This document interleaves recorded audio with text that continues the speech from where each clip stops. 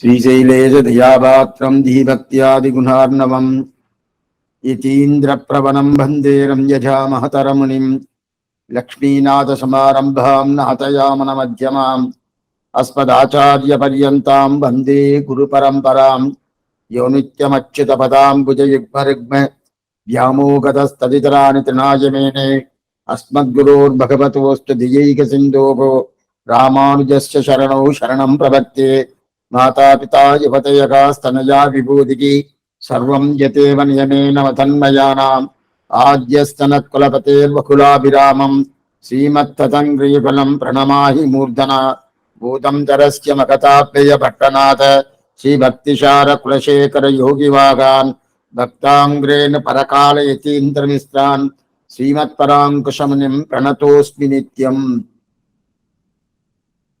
திருவாய்மொழி என்பது சுவாமி நம்மாழ்வாரால அனுகிரகிக்கப்பட்டது. சாமவேத சாரமாக கொண்டாடப்படுகிறது. அது மட்டுமல்லாமல் அந்த திருவாய்மொழி என்பது வேதம் தமிழ் செய்தமாறு என்று சொல்லப்படுகிறது.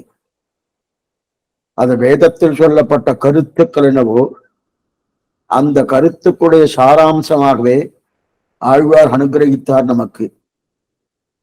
இதையும் வேதம் என்றே சொல்கிறார், திராவிட வேதம் என்று. அப்படிப்பட்ட வேதத்தை அனுபவிக்க நாம் பிராப்தமாயிருக்க அந்த அனுபவத்துக்கு முன்னாடி ஸ்ரீவைஷ்ணவ சம்பிரதாயத்திலே பொதுத்தனியன்கள் அனுபவிப்பது என்கிற ஒரு நிலைப்பாடு உண்டு. அதன் பிறகு அந்த நம்மாழ்வாரை பற்றின ஆச்சரியமான பிரபந்தம் கணினி சிறுத்தாம்பு அதை அனுபவிப்பதென்பதும், அதற்கு முன்னாடி திருப்பல்லாண்டு தொடக்கம் 4000க்கு தொடக்கம் திருப்பல்லாண்டு கணினி சிறுத்தாம்பு அறிமுகத்துக்கு முன்னாடி திருப்பல்லாண்டு தொடங்கி கணினி சிறுத்தாம்பு அனுபவித்து மேற்கொண்டு திருவாய்மொழி அனுபவிப்பது என்பது ஒரு முறையாக வைத்துள்ளார்கள் முன்னோர்கள். அந்த பద్ధதி பிரகாரம் நாம் முதற்கண் பொதுத்தனியன் அனுபவித்துக் கொண்டிருக்கிறோம். அதிலே ஏற்கனவே ஸ்ரீசைலேச தயாபாத்திரம் என்கிற தனியை அனுபவிக்க பெற்றோம். அடுத்த தனியனா இருக்கக்கூடிய தனியன் லக்ஷ்மிநாத சமாரம்பாம். இந்த தனியனானது சுவாமி கூரத்தாழ்வார் அனுகரித்த தனியன். அந்த தனியனை அனுபவித்துக் கொண்டிருக்கிறோம். அதுவும் முடிவும் தருவாயில் வந்துடுது. இன்னைக்கு அது முடிஞ்சுறது. அதுக்கு அடுத்த தனியன் யோனித்ய அச்சுத பதாம்புஜ யுக்மருக்மைங்கிற தனியன். முதல் இந்த லக்ஷ்மிநாத சமாரம்பம் ஆகட்டும், யோனித்ய அச்சுத பதாம்புஜ என்கிற தனியனாகட்டும், இரண்டுமே கூரத்தாழ்வார் அனுகிரகித்த தனியன். ஆச்சரியமான தனியன். லக்ஷ்மிநாத சமாரம்பங்கிற தனியன் குரு பரம்பரையை சொல்கிறது. யோனித்ய அச்சுத பதாம்புஜங்கிற தனியன் ராமானுஜரிடத்திலே சரணாகதி அதை தெரிவிக்க வந்தது. ஆச்சரியமான தனியன். இன்றைய தினம் இந்த தனியனை முடித்து விட்டு மேற்கொண்டு அந்த தனியத்துக்கு போக போகிறோம். இந்த தனியனில் நாம் ஏற்கனவே பார்த்தது லக்ஷ்மிநாத சமாரம்பாம். லக்ஷ்மிநாதன் பெரிய பிராட்டியார், பெரிய பெருமாள். ஆரம்பாம் சமாரம்பாம். ஆரம்பாம் என்று விஸ்வக்ஷனரியும் சமாரம்பாம் என்று சொல்லக்கூடிய நம்மாழ்வாரும் சேர்த்து சொல்கிறது அப்படின்னு. லக்ஷ்மிநாத சமாரம்பாம் ஆக பெரிய பெருமாள், பெரிய பிராட்டியார், விஸ்வக்ஷேனர், நம்மாழ்வார். நாத யாமுன மத்தியமாம். நாதமுனி என்ன, யாமுனமுனி என்று சொல்லக்கூடிய அளவந்தார்னு மத்தியமே சொல்லப்பட்டிருக்கு. இவா ரெண்டு பேரும் வந்தாலே குறுக்க யார் வருவான்னா உய்யக்கொண்டார் மணக்கால் நம்பி வந்துருவார். ஏன்னா நாதமுனிக்கும் ஆலவந்தார்க்கும் நேரடியான தொடர்பு கிடையாது. அப்ப நாதயாமுன மத்தியமாம்னு சொன்னாலே அதுக்குள்ள இருக்கக்கூடிய ஆச்சாரிய பதவி வைக்கக்கூடிய உய்யக்கொண்டார் என்ன, மணக்கால் நம்பி என்ன, அவ இருவரும் வந்துதாகணும். அப்ப நாதயாமுனி என்ற சப்தத்துல நாதாமுனி என்ன, உய்யக்கொண்டார் என்ன, மணக்கால் நம்பி என்ன, ஆலவந்தார் வந்துட்டார். ஆலவந்தார்னு சொன்ன உடனே ஆலவந்தாருடைய திருவடி யாரு? இனி தூய்நெறி சேரி எதிகட்கிறவன் யமுனை துறவன் எனையடியாம் கதிவெட்டுடைய. அவர் திருவடிஸ்தானத்தில் இருக்கக்கூடிய பெரிய நம்பிகள் அவரையும் சேர்த்துதான் சொல்றோம். ஆக நாத யாமுன மத்தியமாம் என்று சப்தத்திலே நாதமுனி என்ன, உய்யக்கொண்டார் என்ன, மணக்கால் நம்பி என்ன, ஆளவந்தார் என்ன, அதற்கு மேற்கொண்டு அவருடைய சிஷ்யராக இருக்கக்கூடிய பெரிய நம்பிகள் அது பரியந்தம் வந்துடுது. நாத யாமுன மத்தியமாம் அஸ்மதாச்சாரிய பரியந்தாம். இந்த ஸ்லோகத்தை குரத்தாழ்வார் தெரிவிக்கிறபடியாலே அஸ்மதாச்சாரம் அவருக்கு சுவாமி ராமானுஜர். அப்ப நமக்கு அஸ்மதாச்சாரம் வருவாதுன்னா இது கடந்த காலட்சியில பார்த்தோம். குரு பரம்பரன்னு சொன்னாலே ராமானுஜர், மற்றது கிடையாது. அது எங்க தெரியுது? ராமானுஜாரிய திவ்யாஜ்ஞா வர்த்ததாம் அபிவர்த்ததாம் நித்தியம்னு சொல்லிட்டு இருக்கோம். அதற்கு மேல அதை நிரூபணமே பண்ணிட்டார் திருவேங்கடமடியான். அங்க நடக்கக்கூடிய அத்தியன உற்சவத்திலே, பகல் 10 ராப்பத்து உற்சவத்திலே எல்லா ஆழ்வாரும் ஆச்சாரம் எழுந்தள்ளி இருக்கணும். ஆனா இல்லை, அங்க சுவாமி ராமானுஜர் மாத்திரம் எழுந்தள்ளி இருக்கக்கூடிய தன்மை இருக்கணும். இந்த எல்லாருக்கும் பிரதிநிதி அவர். அப்ப குரு பரப்பன்னு எடுத்துட்டா ராமானுஜரை சொன்னாலே போறோம். இதெல்லாம் நம்ம கடந்த காலட்சேபத்திலே ஸ்ரீமதி ராமானுஜாய நமகான்னு போட்டாலே அத்தனை பேரையும் குரு பரம்பரை லக்ஷ்மிநாத சமாரம்பம் போட்டதாகத்தான் அர்த்தம்னு பார்த்தோம். அதுல ஆச்சரியமா ஒரு கேள்வி கேட்கிறார். என்னன்னா, சரி சுவாமி, இதுல ஆரோக கிரமம் அவரோக கிரமம்னு தெரிவிக்கிறார். ஆரோக கிரமம்னா மேலிருந்து கீழே, கீழிருந்து மேல போறதுனும் இந்த 2 கிரமம் இருக்கு. அவரோகம்னா நம் ஆச்சாரன் ஆரம்பிச்சு பகவான் வரைக்கும் 2 விதமா சொல்லலாம். அவரோகணம்னா பகவான்ட்டு ஆரம்பிச்சு நம்ம ஆச்சாரிய பரியந்தம் சொல்றானோ உண்டான 2 உண்டு. 2 உண்டு. இது பிரதிபாத பயங்கரம் அண்ணா சுவாமி தெரிவிக்கிறார்னு கடந்த காலட்சேபத்துல பார்த்தோம். அது மட்டும் இல்ல, சம்பிரதாயம் சுத்த சம்பிரதாயம்னா இதுதான் சம்பிரதாயம்.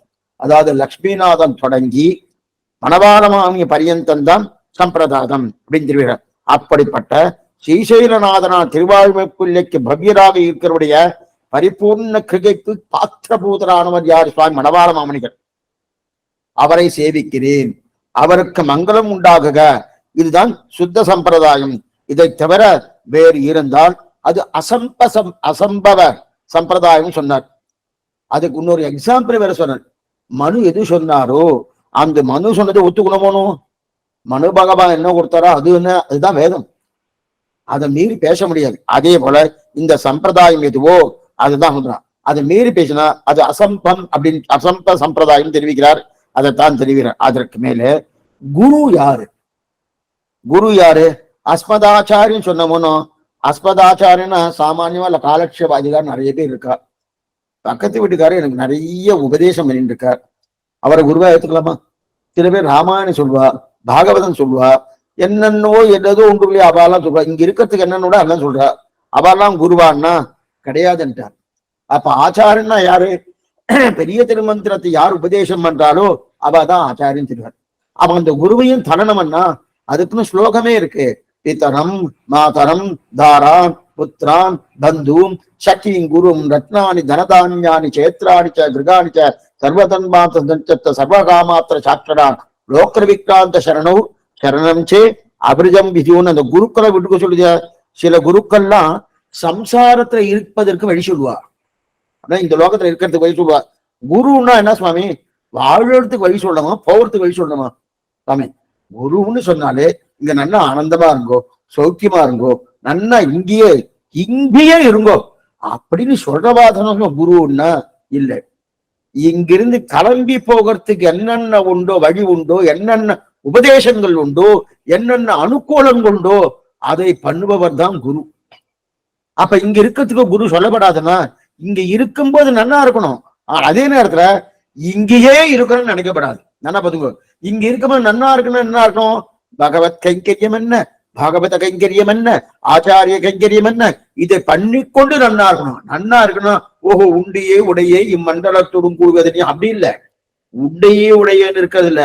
பகவத் கைங்கரியம் பாகவத கைங்கரியம் ஆச்சாரிய கைங்கரியத்தோடு பூர்ணமா இருக்கணும். அதைத்தான் என்ன சொல்ற. அப்ப குருனாலே கிளம்ப சாமானிய லோகத்துல குருன்னு சொன்னா கிளம்பத்துக்கு சொல்ல மாட்டான். ஏன் கிளம்புறதுக்குன்னா இங்கிருந்து சீவைகுண்டம் போகணுமானோ, இருந்தொருமா ஞானத்தில் இனிப்பிறவி ஆண் வேண்டேன், இனி எனக்கு பிறவி வேண்டாம், பிறவி வேண்டாம், இந்த பிறவியே கடைசி பிறவியா இருக்கிறன்னு குருக்கள் சொல்லணும். இங்க நன்னாயிரு இதெல்லாம் பண்ணனா உங்களுக்கு நிறைய இந்த வீடு கிடைக்கும், அந்த வீடு கிடைக்கும், இந்த சொத்து கிடைக்கும், இந்த சுகம் கிடைக்கும் இப்படின்னு சொல்றாரோனா, அப்பனா இந்த சம்பிரதாயத்துல இருக்க வைக்க அப்படின்னா இந்த சம்சாரத்துல இருக்க வைக்கிறதுக்கான ஏன் சுவாமி அப்படி சொல்ற? கிளம்பி போறதுக்கு சொல்ல மாட்டான்னா வரமாட்டான். ஏன்னா ஆள் வராம போயிடுவார். கிளம்பி போறதுக்கு யார் சுவாமி? இங்க ஆனந்தமா சௌக்கியமா இருக்கு. இன்னைக்கு அங்கதான் கூட்டமே அதிகமா இருக்கு. கூட்டம் எங்க அதிகமா இருக்குன்னா என்ன கிடைக்கும், ஏது கிடைக்கும்? ஒண்ணுமே இல்லை. திடீர்னு யாரோ ஒருத்தர் பிரசித்தம் ஆயிடுவார். என்ன சுவாமின்னா அவர் எது கொடுக்கிறார் சுவாமி, அவர்கிட்ட போன ஒரு அனுகிரகம் கிடைக்கிறது, அந்த அனுகிரகத்தால நல்லது கிடைக்கிறது, அதனால அங்க போறேன்னு சொல்றா பண்ணுவோம். இன்னைக்கு அநேகமா திருமலைக்கு போறவாலாம் சில எல்லாரையும் சொல்லல, சில வர்க்கம் அதுலயே இருக்கு. அங்க போய் உண்டியில போட்டா எனக்கு ஏதோ ஆறுது, அங்க போய் இந்த மாசத்துல ஒரு போய் சேவிச்சா எனக்கு ஏதோ ஆறுது, அது பிரயோஜனாந்த பரரா போறா. அதுவே ஆனா அவனா இங்க இருக்கிறதுக்குண்டான ஒரு நிலையில போறாரணும். அவரை சேவிப்பதே பிரயோஜனத்துக்காக போறான்னா ரொம்ப குறைவு. சேவிப்பதே பிரயோஜனம். சேவிப்பது தவிர மற்றொரு பலன் கிடையாது. என்ன சுவாமி சேவிச்சா அது கிடைக்கிறதுனோ. அதுவும் இன்னைக்கு என்ன ஆயிடுச்சுன்னா நிறைய ஜோசியக்காரா அவாபா ஜோசியம்னால அது சாஸ்திர சம்மதம். அந்த சாஸ்திர யோக்கிய படிப்பதற்கு, அதை கற்றுக்கொள்வதற்கு, அதை சொல்வதற்கு யோக்கியதை படைத்தவர்கள் தான் ஜோதிஷ சாஸ்திரமே சொல்லணும். யாரோ புஸ்தகம் இருக்கு அதை நான் சொல்றேன்னா அவ்வளவு தூரம் சாஸ்திர சம்மதம் கிடையாது. ஆனா சொல்லிட்டு இருக்கணும் அவ அதெல்லாம் சொல்லிடுற, இப்படி பண்ணுங்கோ இதை பண்ணுங்கோ. அது ஜோதிஷ சாஸ்திரம் என்றது நேரத்தையும் காலத்தையும் குறிப்பதற்காகவே தவிர இந்த பிராயச்சித்தமோ அந்த ஒரே பிராயச்சித்தம் நம்பெருமான், அந்த ஸ்ரீரங்கநாதன் தான் பிராயச்சித்தம், பெரிய பெருமான் தான் பிராயச்சித்தமே தவிர மற்றொரு பிராயச்சித்தம் கிடையாது. எதுக்கு சொல்ல வந்தேன்னா இவ்வளவு தூரம் பண்ணிட்டு இருக்கானா இருக்கா, அவளுக்கு ஒரு குருக்கள்லாம் வச்சுட்டு இருக்கா இல்லையா, அந்த குருக்கெல்லாம் கிளம்பி போறதுக்கு தான் பிரதானமா சொல்ல மாட்டான். அப்ப என்ன சொல்லுவா, நன்னா இருங்கோ நன்னா இருங்கோ நன்னா இருங்கோ. அது மட்டும் இல்ல, அவ எந்த சம்பிரதாயத்துல இருக்காளோ, இவர் ஒரு சம்பிரதாயத்தில் இருப்பார், அவ எந்த சம்பிரதாயத்துல இருக்காளோ அங்கே இருந்துருக்கோ, அதே உடைய போட்டுங்கோ, அதே ட்ரெஸ் எல்லாம் பண்ணிட்டு இருக்கோ, அப்படியே இருந்துருக்கோ, எங்கிட்ட மாத்திரம் வந்துருக்கோம் இத்தனையும் சொல்லுவோம். ஏன் சுவாமின்னா அவளுக்கு ஆள் சேரணுமனோ இதெல்லாம் சொல்றா. அவள்லாம் குருக்கள் கிடையாது, அந்த குருக்களை விடுங்கன்றார். அதான் பிதரம் மாதரம் தாரான் புத்திரான் பந்து சக்கிங் குரும். அப்ப இந்த சம்பிரதாயத்துக்கு ஆளே வராத சுவாமி. நீங்க இந்த மாதிரி சொன்னேன்னா கிளம்பி போறதுக்கு வழி அப்படின்னு சொல்லிட்டு தானே யார் சுவாமி வருவா? யாரு வருவா? ஒருத்தர். அதனால்தான் உங்களுக்கு குறைச்சலா இருக்கேன்னா வைரக்கடைன்னு எடுத்துட்டா அதுல ஆளே இருக்காது. யாரும் ஒருத்தர் ரெண்டு பேர் தான். அதே காச்சகம், சாமான்யமா காச்சகம் இருக்கக்கூடிய சாமானிய வளையல் கடையெல்லாம் இருக்கட்டும், கூட்டம் அதிகமா இருக்கும். அதுக்காக அது விலை மதிப்பெண் இருக்கு அர்த்தமான அப்படி அர்த்தமே. ஆனா இதுல ஒருத்தர் வந்தாலே போறோம். ஒரு வஸ்துவே எவ்வளவு 10 லட்சம் ஆகுது. ஒருத்தர் வாங்கினாலே போறோம், அது ஓகோன்னு ஆயிடுது. அங்க 100 பேர் 1000 பேர் வந்தா கூட ஒன்னும் பிரயோஜனமே இல்லாம போறதுனோ. அதே போலதான் எதுக்கு சொல்ல, ஏன் சாமானியமான படிக்கிறச்சே 8ஆம் வகுப்பு படிக்கும் போது 50-60 பேர் இருப்பா அந்த வகுப்புல, அந்த கிளாஸ்ல 50-60 பேர் இருப்பா. அதே நேரம் வந்துட்டோம் முனைவர் பட்டம் டாக்டரேட். முனைவர் பட்டம் வரும்போது 4 பேர் தான் சுவாமி இருக்கா. என்ன சுவாமி படிக்கட்டுற? அப்ப 4 பேர் இருக்கிற முனைவர் பட்டம் மட்டும் 8ஆம் வகுப்பு படிச்சுட்டு இருக்கக்கூடிய 50 பேர் 60 பேர் இருக்கா, அது வசதின்னு சொல்ல முடியுமான்னு? அப்படி அர்த்தமே இல்லை. அதே போலதான் அப்ப குருக்கள்லாம் என்ன ஐஸ்வர்யத்தை சொல்லி கொடுப்பா. கண்டு கேட்டு உற்று மோந்து உண்டு உடலம் தெரிவறிய அளவில்லா சிற்றம்ப என்று சொல்லிடைய ஐஸ்வர்ய சொல்லி கொடுப்பாளியோ. 2வது சொரூபத்தை அழிப்பவர்கள். சொரூபம் என்ன, சேஷத்துவம் என்ன, பாரதந்திரம். அப்ப குருக்கள்னா அப்ப நம்ம குருக்களும் உடனவான்ல. குருன்னா யாரு தெரியுமா? திருமந்திரம் என்ன, துவயம் என்ன, கர்மஸ்லோகம் என்ன, அதை கொடுத்து இங்கிருந்து கிளம்பி போவதுக்கு உண்டான ஒரு வழிகை தான் குருக்கள். அவர் தான் ஆச்சாரியன். அவர் தான் நேரே ஆச்சாரியன் என்கிறது பெரிய திருமந்திரத்தை உபதேசித்தவனுக்கு திருலோகாச்சாரியர் தெரிவிக்கிறார் சீவச்சன பூஷணத்துல. நேரே ஆச்சாரியன் என்கிறது தெரிவிக்கிறார் இல்லையா. எதுக்கு சொல்லுவேன்னா அப்பன்னா இவெல்லாம் குரு இல்லையா சுவாமி? ராமாயணம் கதை கேட்டிருக்கேன், மகாபாரதம் கதை கேட்டேன், இவர்கிட்ட பாகவதம் கேட்டேன், இவர் என்னன்னோ இதென்னோ சின்ன சின்ன நீதி கதைகள் அதெல்லாம் சொல்லியிருக்கார். இவெல்லாம் சமுதாயத்துக்கு தேவையானதுதான் சொல்லியிருக்கார். அவெல்லாம் குரு இல்லைன்னா அவெல்லாம் குருவா எடுத்துக்கல. குருவான குருன்னு வச்சுக்கலாம், ஆச்சாரம் கிடையாது. அப்ப குரு வேறு ஆச்சாரம் வேறு வந்துடுறது. அடியன் குரு வேறு ஆச்சாரம் வரும் வந்துட்டா அவளை ஆச்சாரம்னா என்னது? ஆச்சாரம்னாலே இங்கிருந்து கிளம்பி போவதற்கு என்ன வழி உண்டோ அதை கொடுப்பவன் தான் ஆச்சாரியன். இங்க இரு ஆச்சாரியன் சிஷ்யன் ஆறுயிரை பேணுமவன். மணவாளன் தெரிவிக்கிற உபதேசமா இல்லையா? சிஷ்யன், அந்த சிஷ்யனுடைய ஆத்ம உஜ்ஜீவனம், சரீர ஜீவனம் அல்ல, ஆத்ம உஜ்ஜீவனம். ஆத்ம உஜ்ஜீவனத்தை நோக்குபவன் தான் ஆச்சாரியன். அப்படி நோக்குகிற எந்த குருவோ அந்த குரு உத்தேசம். அப்படி நோக்காமல் சரீர ஜீவனத்தை நோக்கக்கூடிய குருவா இருந்தால் அந்த குரு தள்ளுபடி. அதான் பிதரம் மாதரம் தாரான் புத்திரான் பந்து சக்கியின் குருன்னு தெரிவிக்கிறாள் இல்லையா? அதைத்தான். அப்ப உபன்யாசம் பண்றவெல்லாம் அவெல்லாம் ஆச்சாரம் கிடையாது சுவாமின்னு. ஆச்சாரம் கிடையாதுன்னு சொல்ல, ஆனா அவ திருமந்திரத்தை உபதேசம் பண்ணி துவயத்தை உபதேசம் பண்ணி அதன்படி ஒரு வழி வகுத்தானா அவ ஆச்சாரியன். இல்ல ஒரு உபன்யாசத்தோட சரி அப்படின்றதுனா அவெல்லாம் ஆச்சாரம் எடுத்துக்க முடியாது. எதுக்கு சொல்ல வந்தேன்னா அந்த மாதிரி தெரிவிக்கிறா இல்லையா? யாரு நேரே ஆச்சாரம் பஞ்சசம்ஸ்காரத்தை பண்ணி அதுவும் ரகசியத்திரயத்தை யார் உபதேசம் பண்றாளோ அவதான் ஆச்சாரியன். அப்ப ரகசியத்தை உபதேசம் பண்றதுதான் குருன்னு சொல்றது. உபன்யாசம் பண்றவாளோ யாரோ பக்கத்து வீட்டுக்காரு எதிர்த்து வீட்டுக்காரு அண்ட வீட்டுக்காரு அசல் வீட்டுக்கார் ஏதோ உபதேசம் பண்ணா அதெல்லாம் குரு ஆகாது. குருவாகன்னு குருன்னு வச்சுக்கலாம், ஆனா ஆச்சார நிலைக்கு வராது. அதைத்தான் அவரைத்தான் சாட்சாத் ஆச்சாரியன் தெரிவிக்கிறது. நேரே திருமந்திரத்தை உபதேசம் ஆச்சாரியம். ஏன்னா மோட்சம் ஒன்றே குறியாக இருக்கணும், அதான் ரொம்ப முக்கியம். மோட்சம் ஒன்றே குறியாக இருக்கக்கூடிய துவயத்தை யார் உபதேசிக்கிறாரோ அவதான் குரு. மோட்சம் ஒன்றே குறிக்கோள், வேற குறிக்கோளும் இல்லையா சுவாமி? மோட்சம் தான். அப்ப இங்க இருக்கிறதுக்கு இங்க நான் ஒழுங்கா இருக்கணுமோ அதுக்கு ஒண்ணும் பண்ண வேண்டாமண்ணா. அந்த குறிக்கோள் சொன்னா இங்க இருக்க வேண்டிய தருணம் பகவான் பாத்துக்கிறாரு. அவர் கண்ணடியே எல்லாம் கிடைக்கும். நெல்லு குத்திண்டே இருக்கேன், வேர்வை வந்துட்டே இருக்கு. வேர்வை வரத்துக்காக நெல்லு குத்தல, நெல்லு குத்தினா தன்னடையே வேர்வை வருதனும். அதே போல என்னுடைய குறிக்கோள் என்ன?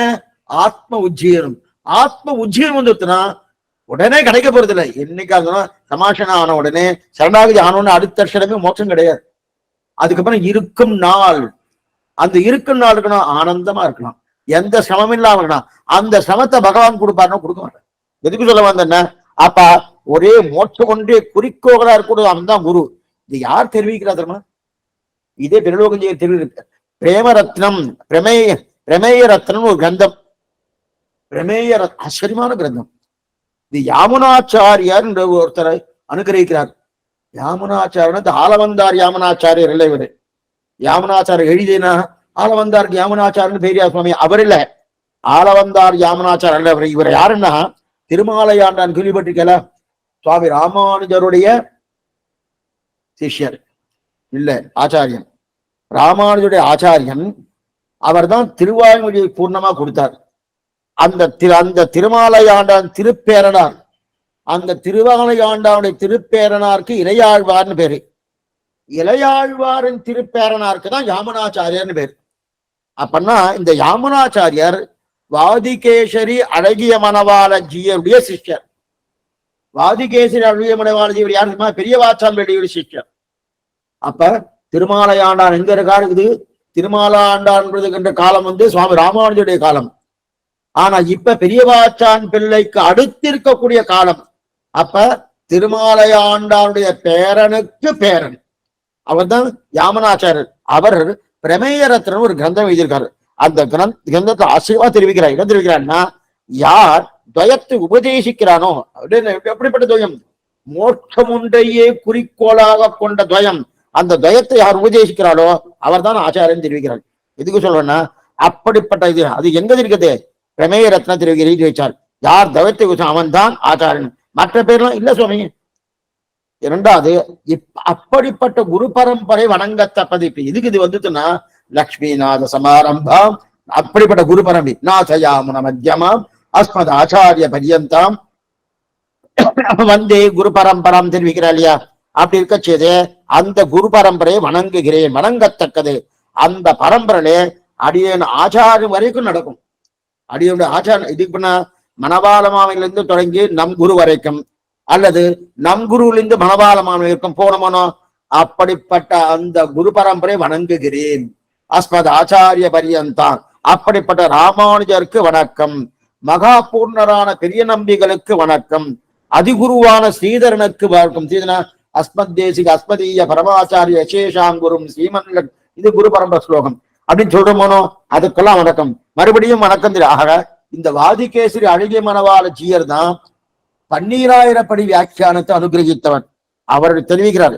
அவர் தான் இதை என்ன தெரிவிக்கிறார்னா, அவருடைய சிஷ்யர் யார்? யாமனாச்சாரியர். அவர் துவயத்தை யார் உபதேசம் பண்றாலோ அவர் தான் நேரே ஆச்சாரியன் தெரிவிக்கிறார். அப்படிப்பட்ட நம் ஆச்சாரியன் ராமானுஜர்.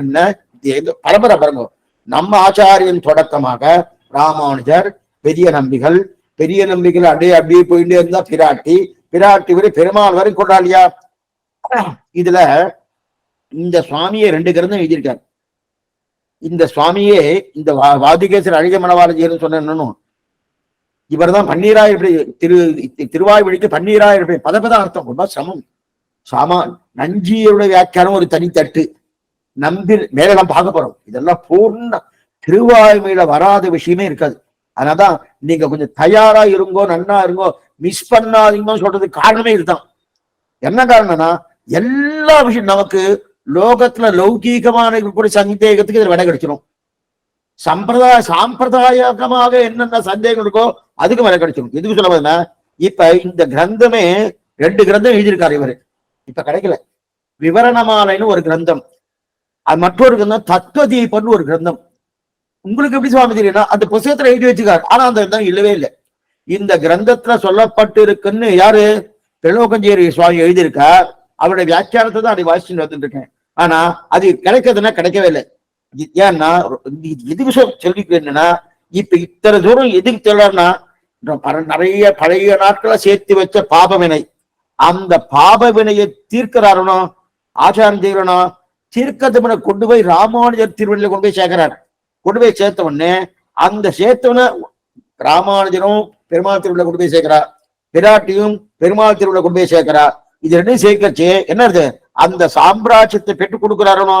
அப்ப அது இங்க இருந்து நம்மாச்சான்னு ஆரம்பிச்சு பெருமாள் வரைக்கும் போறோமோனும் பெருமாள் திருவிழா. அதே போல இது 2 விஷயம் சொல்றார். ஒண்ணு, சம்ஸ்கிருத பாஷையிலையும் ஒரு ஸ்லோகத்தை சொல்றார், தமிழ் பாஷையிலும் ஒரு ஸ்லோகத்தை சொல்றார். மாணிக்க மாலை, தத்துவதீபம், விவரண மாலை. மாணிக்க மாலை பெரியவாச்சல் விலை அந்திரிச்சது, விவரண மாலை, தத்துவதீபம். இதெல்லாம் ஒவ்வொன்றும் சொல்லி நிறைய கிரந்தங்கள் தெரியுது இருந்து என்னென்ன கிரந்தம். ஆனா நம்ம கிடைக்கல. இதெல்லாம் கிடைக்கிறதுன்னா கிடைக்கவே இல்லை. எது சொல்ல போதுன்னா, அந்த மாதிரி அடியேனுடைய குருவின் சபையாலே யசீந்திரவால் அங்கீகரிக்கப்பட்டு லக்ஷ்மி அனுகிரகம் பெற்றவன்.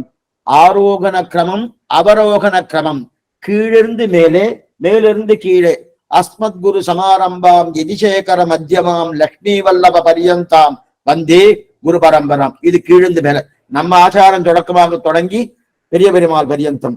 லக்ஷ்மிநாத சமாரம்பாம் நாதயாமன மத்தியமாம் அஸ்மதாச்சாரிய பரியந்தாம் வந்தே குரு பரம்பரம். பெரிய பெருமாள் தொடங்கி நம்ம ஆச்சாரிய பரியந்தம் சொல்றமனோ. ஆரோகண கிரமம், அவரோகண கிரமம் 2 இருக்கு. 2 இருக்கு. எதுக்கு சுவாமி 2? 1 இருந்தா போறாதா? 2மே தேவை. ஏன்னா கீழிருந்து மேல போறதும் வேணும், அதே போல மேலிருந்து கீழே போறதும் வேணும். ஏன்னா நல்லா பாத்துக்கோ, கீழிருந்து எதுக்கு சுவாமி மேல போகணும்?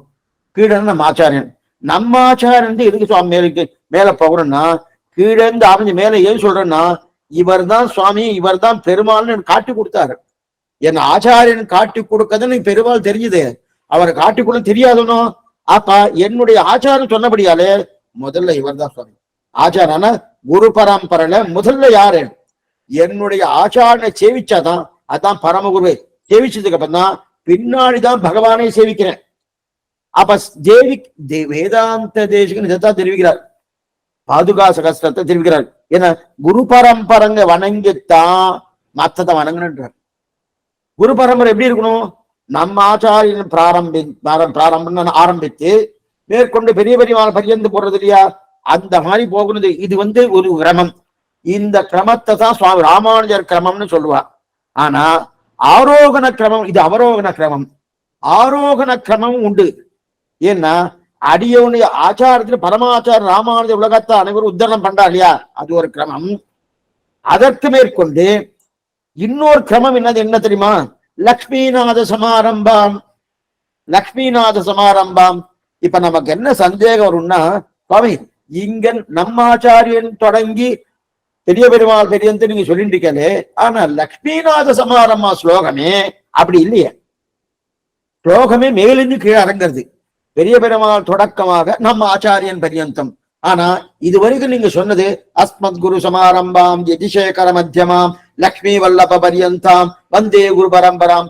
ஏன் சுவாமி சொன்னேன்னா, இல்ல நம்மாச்சாரன் தானே பெருமாளை காட்டி கொடுத்தார், நம்மாச்சாரன் உபதேசம் பண்ணார், நம்மாச்சாரன் ஒவ்வொன்றும் தெரிய வைத்தார். அதனால அவர் இல்லைன்னா ஒண்ணுமே தெரியாது இல்லையா. அதனால அவரை துணை கொண்டு அவர் திருவிழை பத்தி கொண்டு மேல ஒவ்வொரு படிக்கட்டா ஏறி ஏறி பெரிய பெருமாள் பெரியந்து போறேன். சரியாத்தான் இருக்கு. அப்ப கூரத்தவழையே இது பண்ணார். கூரத்தவழையே பண்ணாரு. லக்ஷ்மிநாத சமாரம்பம் பண்ணிருக்க வேண்டாமா? வேணும், அதுவும் வேணும். அதுவும் இந்த வாதிகேசரி அழகிய மனவாழ்ச்சியில 2 விதமா பண்ணியிருக்காரு. ஒரு ஸ்லோகம் கீழந்து மேல போற மாதிரி, இன்னொரு ஸ்லோகம் மேலிருந்து கீழே வர மாதிரி. 2 கிரமம் அவர் சொல்லிடுறார். மேலிருந்து கீழே வரக்கூடிய ஸ்லோகம் அவரோகண கிரமம். அப்படின்னா தென்னரங்கனை திருமாமகளையும் சொல்லி ஆண்டாளையும் சொல்லி பூதூர் சுவாமியான ராமானுஜரை சொல்லி அதற்கு நடுவாக என் ஆச்சாரிய பரியந்தம் அவரோக கிரமமும் அவர் சாதிச்சிருக்காரு, சாதிச்சிருக்காரு. அந்த கிரமமும் ஸ்லோகத்தெல்லாம் எடுக்கல, அந்த கிரமமும் அவர் சொல்லியிருக்கார். கீழிருந்து மேல போகக்கூடிய ஸ்லோகம் இது, மேலிருந்து கீழே வரக்கூடிய ஸ்லோகம் அதுவும் அவர் சொல்லியிருக்காரு. இப்ப கூரத்தாழ்வாவுடைய ஸ்லோகம் என்பது லக்ஷ்மிநாத ஸ்மாரம்பம் மேலிருந்து கீழே வர்றது. ஆனா வாதிகேசரி அழகிய மனவாளஜியர் 2 விதமும் பண்ணியிருக்காரு, அவரோகணம் ஆரோகணம் 2மே பண்ணியிருக்காரு. அதனால்தான் இந்த ஸ்லோகம் இருக்கு. முதல் நாள் ஆரம்பிக்கும் போது ஒரு ஸ்லோகத்தை அடியை சேவிச்சேன். இப்போ அப்பப்ப சேவிக்கலாம். திருவருள் மால் சேனமுதிரி ஷடகோபன் நாதமணி உய்யக்கொண்டா மணக்கால் அம்பி ஒரு ஸ்லோகம். நாதம் பங்கஜ நேத்திர ராம யமுனா வாஸ்தவ்ய மாலாதரான்னு ஒரு ஸ்லோகம். ஒரு ஸ்லோகம் சம்ஸ்கிருத ஸ்லோகம், இன்னொரு ஸ்லோகம் திராவிட பாஷை என்று சொல்லக்கூடிய தமிழ் ஸ்லோகம். இந்த 2 ஸ்லோகம்னா தனியம். இந்த 2 தனியமும் வீடு வியாக்கியானம் ஆரம்பிப்பதற்கு முன்னாடி இதை சேவிச்சுதான் இந்த ஸ்லோகமே சொல்லு. இந்த தனியை சேவிச்சுதான் அந்த காலட்சுமே பண்ணுவா. இதான் வழக்கத்தை வச்சுட்டு இருக்கா. ஆனா அந்த 2 தனியும் யார் பண்ண தெரியுமா? அதுவும் எப்படி, ஒண்ணு அவரோகணம், இன்னொன்னு ஆரோகணம். மேலிருந்து கீழே இறங்கிறது, கீழிருந்து மேல போறது. அப்ப திருவருள் மால் சேன உதிரி அப்படின்ற தனியனும் ஒண்ணு இருக்கு, அது பண்ணது சுவாமி மணவாள மாமனுக்கு அந்த தனியனை பண்ணியிருக்கார். அதே போல நாதம் பங்கஜ ரேத்திரநாம யமுனா வாஸ்தவ்ய மாலாதாரான் என்கிற ஸ்லோகம் திருவாய்மொழி பிள்ளை அனுகிரகித்தது. திருவாய்மொழி பிள்ளை என்பவர் அவர் சம்ஸ்கிருத ஸ்லோகத்தை அனுகிரகித்தார். அதே இவர் சுவாமி மணவாள மாமனிகள் தமிழ் திராவிட பாஷையிலே அவர் ஒரு ஸ்லோகத்தை 2மே இதுவும் அதே குரு பரம்பரை பிரபாவம் தான். அதான் திருவிழா. ஆக அவரோகணம் உண்டு, ஆரோகணம் உண்டு. அந்த கணத்தாலே குரு பரம்பரை அனுசந்திக்க குறையில்லை. கீழே இருந்து மேல சொல்லும் போதும் சுவாமி இவரால் சுவாமி அது கிடைச்சது. யாரு? நம்ம ஆச்சாரியன் இல்லைன்னா அது கிடைக்குமா? கிடைக்காது இல்லையா. இவரால் தான் சுவாமி அது கிடைச்சது என்று ஆச்சாரன் சொன்னோம். சரி சரி சுவாமி, எப்படி இருந்தாலும் எப்ப எல்லாரும் நன்னா இருக்கணும்னு நினைச்சது ஆச்சாரனை படைச்சதே பகவான் தானே. ஈஸ்வரஸ்ய சௌகார்த்தம், இது நம்ம நிறைய பார்த்திருக்கோம் ஸ்ரீவத்ரம் புருஷத்தை. ஈஸ்வரன் ஏன்னா ஆச்சாரனை கொடுத்ததே பகவான் தானே. இப்ப ஆச்சாரன் மூலமா நம்ம பகவானை பிடிச்சிருக்கோம் சொல்றோம். அந்த ஆச்சாரம் கொடுத்ததே பகவான் தானே. அப்படி இருக்கச்சதே சுவாமி அவரை சொல்ல வேண்டாமா? இப்படி பார்த்தா ஆச்சாரனை சொல்ல வேண்டிய நிர்பந்தம், அப்படி பார்த்தா பகவானை சொல்ல வேண்டிய நிர்பந்தம். அவ பகவான் தான் அது ஈஸ்வர் சௌகார்த்தம், எல்லாரும் நன்னா இருக்கணும். இந்த ஆச்சாரனு கொடுக்கக்கூடிய தன்மை என்பது ஜீவாத்மாக்கள் அத்தனை பேருக்கும். அத்தனை பேர் என்ன, யாரெல்லாம் மனுஷ பிறவி எடுத்திருக்காளோ அவ அத்தனைக்கும் அந்த வாய்ப்பை கொடுக்கிறான் பகவான். இவர் பயன்படுத்தின்றாலோ பயன்படுத்தி கொள்ளவில்லையோ அது வேற விஷயம். எல்லாருக்கும் இந்த வாய்ப்பு கொடுக்கிறார். சரி சுவாமி கொடுத்தார், போயிடுத்து ஃபெயிலியூர் ஆயிடுத்து, மறுபடியும் திரும்பியும் அதே என்னன்னா பொருளன்று உலகம் படைத்தவன் புகழ் மேல் மருளில் வன்குருகூர் வன்சடகோபன்னு அது திரும்ப திரும்ப திரும்ப திரும்ப கொடுத்துட்டே இருக்கார். ஆனா திரும்ப அந்த டேர்ன் வரத்துக்கு எப்ப வரும் தெரியாது. இதுக்கு சொல்ல வந்தேன்னா, அப்ப இந்த பக்கம் பார்த்தா பகவான் பிரதானமா இருக்காரு. அப்ப மேலிருந்து கீழே சொல்ல வேண்டிய நிர்பந்தம். அந்த பக்கம் பார்த்தா ஆச்சாரியன் பிரதானமா இருக்காரு. கீழிருந்து மேல போக வேண்டிய பகவான். அப்ப இதுக்கு சொல்லணும்னா அப்படிப்பட்ட பகவான் ஒருத்தர் சொன்னா ஆச்சாரன் முதல்ல சொல்லணும், ஆச்சாரனும் தான் பகவானோட சம்பந்தம் ஏற்படுத்தினான்னா அடியன் ரொம்ப நீச்சனான ஆத்மா, இவரை கொண்டு போய் அங்க கொண்டு போய் வச்சாரணும், இந்த ஆத்மாவை கொண்டு போய் ஆச்சாரம் கொண்டு போய் வச்சாரணும், அப்ப ஆச்சாரம் சொல்ல வேண்டியிருக்கு. ஆக இப்படி இருக்கும் நமக்குள்ள ஒரு சம்பந்தத்தை ஏற்படுத்தி கொடுத்தா இல்லையா ஆச்சாரன். அதனால ஆச்சாரம் பண்ணி உபகாரத்தை நோக்கினால் அஸ்மகுருபியோ நமக, ஸ்வர்குருபியோ நமக, பரமகுருபியோ நமக திருவிகளுடைய ஆச்சாரிய முந்தை சொல்லணும். நான் எவ்வளவு தாழ்ந்தவன், நான் எவ்வளவு நீச்சன், நீச்சனேன் நிறவொன்று விளைஞ்சிருவிலையா, அப்படிப்பட்ட நீச்சனான என்ன கொடுமை அங்க பகவான் முன்னாடி கொண்டு நீத்தினானோ அவரைத்தான் பிரதானம். அதனால்தான் முதல்ல சொல்ல நினைக்கிறான் இல்லையா, ஆச்சாரத்தான் முதல்ல கொண்டாடணும். நாம் குரு பரம்பரை முன்னிட்டு கொண்டுதான் பெருமாளை பற்றினால் நம் குறை தீரது. நம்மகிட்ட ஒரு குறை இருக்கு, பகவான்கிட்ட ஒரு குறை இருக்கு. பகவான்கிட்ட குறை எப்படி தீர்றது, நம்முடைய குறை எப்படி தீர்றது? குரு பரம்பரை முன்னிட்டு கொண்டு, அதென்ன என்னதும் அஸ்மத் குரு சமாரம்பாம் யதிசேகர மத்தியமாம் லக்ஷ்மி வல்லப பரியந்தா வந்தே குரு பரம்பராம் சொல்லியா, அது முன்னிட்டு கொண்டு பெருமாளை பற்றினால் நம் குறை தீர்றது. இல்லைன்னா பெருமாள் நம்ம ஏற்றுக்கொள்ள மாட்டார், ஏத்துக்க மாட்டார். சரி, பிராட்டிக்கு முன்னாடி இருக்கிற குருக்கள்லாம் ஒரு வாக்கியமா சொல்லுவோம். சரி, ஆக நாம் இவர்களை பற்றினால் நம் குறை தீர்றது. நாம் அடுத்து பிராட்டியை பத்த போறோம் இல்லையா, பிராத்தவன் அப்பதான் பெருமாளுடைய குறை தீர்றது. பிராட்டி இவள் புருஷகாரம் ஆனால் அல்லது ஈஸ்வரன் காரியம் செய்யான்னு பார்த்தோம்னோ, பிராட்டியை முன்னிட்டு கொண்டு போனா பெருமாள் குறை தீர்றது. அது என்ன சுவாமி, நமக்கு குறை வேறு, பெருமாளுக்கு குறை வேறு. நமக்கு குறை அனாதி கால பாபங்கள், அனாதி கால பாபங்கள். சரி சுவாமி, ஏன்னா ஈஸ்வரனை தெரிஞ்சு கொள்ளாம கட்டப்பட்டுட்டே இருக்கும். அவனை போய் தெரிஞ்சுக்கணுமோ, பகவானை தெரிஞ்சுக்காம அது, ஆனா அது நமக்கு குறை. பகவானுக்கு என்ன சுவாமி குறைன்னா சுவாதந்திரியம் கோபம் ரெண்டு இருக்கணும். சுவாதந்திரியம் நான் நான் அகமேவ பரந்தத்வம், நான்ங்கிற தன்மை இருக்குன்னா அந்த சுவாதந்திரம் ஆகட்டும் கோபமாகட்டும் இது ரெண்டு இருக்குன்னா, அதனால நம் குறை தீர குரு பரம்பரையை பிடிக்கிறோம். பிராட்டினை பற்றினோம்னா பகவான் குறை தீர்றது.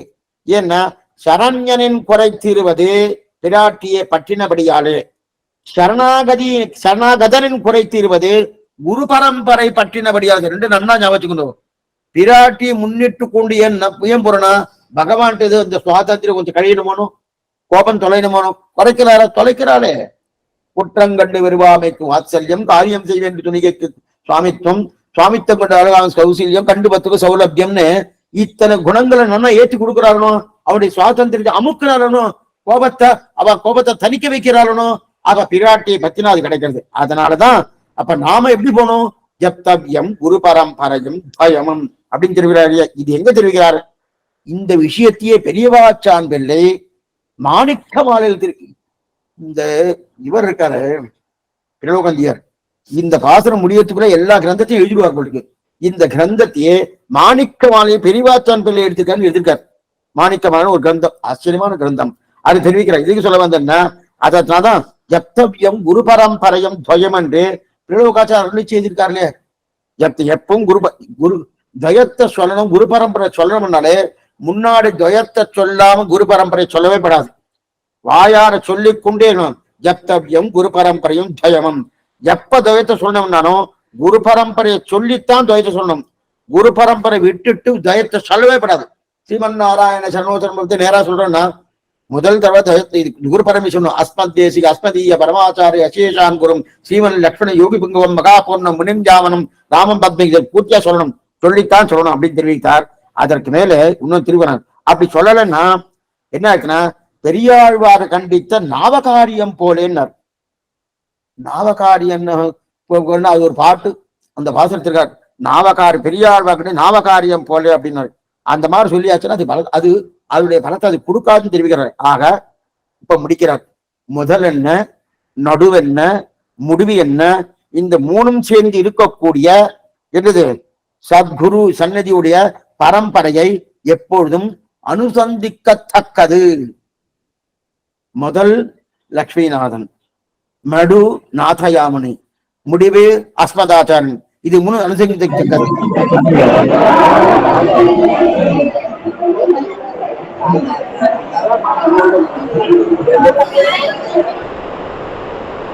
அனுசந்திக்கத்தக்கதுன்னா என்ன அர்த்தம், அதை எப்பவுமே குரு பரம்பரை நம்ம அனுபவிச்சுட்டு இருக்கணும். ஜெயத்தை சொல்லும் போதும் குரு பரம்பரை மூலமா தான் சொல்லணும். அந்த குரு பரம்பரை தான் லக்ஷ்மிநாத சமாரம்பாம் நாதயாமன மத்தியமாம் அஸ்மத் ஆச்சாரிய பரியந்தாம் வந்தே குரு பரம்பரம். அப்ப இந்த ஸ்லோகத்துல லக்ஷ்மிநாதன் தொடங்கி அஸ்மதாச்சாரியம் பண்ணி பூர்ணமா எல்லா ஆச்சாரம் வந்துட்டார். எப்படி சுவாமி? சமாரம்பாம் ஆரம்பாம் சமாரம்பாம் மறுபடியும் சொல்லுங்க. லக்ஷ்மிநாதன் பெரிய பெருமாள் பெரிய பிராட்டி லக்ஷ்மிநாதன். சமாரம்பாம் சப்தத்திலே விஸ்வக்ஷணர்னு நம்மாழ்வார் 2 பேரும் வந்துட்டார். நாதயாமன சப்தத்திலே நாதமுனி ஆளவந்தார் வந்துட்டார். ஆனா எப்ப நாதமுனி ஆளவந்தார் வந்தாரோ குறுக்க உய்யக்கொண்டா மணக்கால் நம்பி வந்தே ஆகணும் நடில அதான் வந்துட்டார். வந்ததுக்கு அப்புறம் இப்ப ஆளவந்தாவுடைய திருவிடி ஸ்தானம் பெரிய நம்பி அவர் வந்துட்டார்.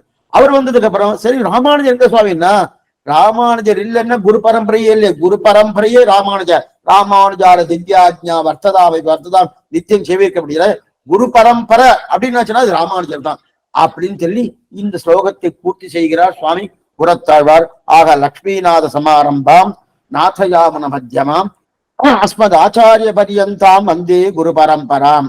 இதோடு இந்த ஸ்லோகம் முடிஞ்சுடுத்து. கிட்டத்தட்ட 3-4 காலட்சம் இது ஆயிடுத்து.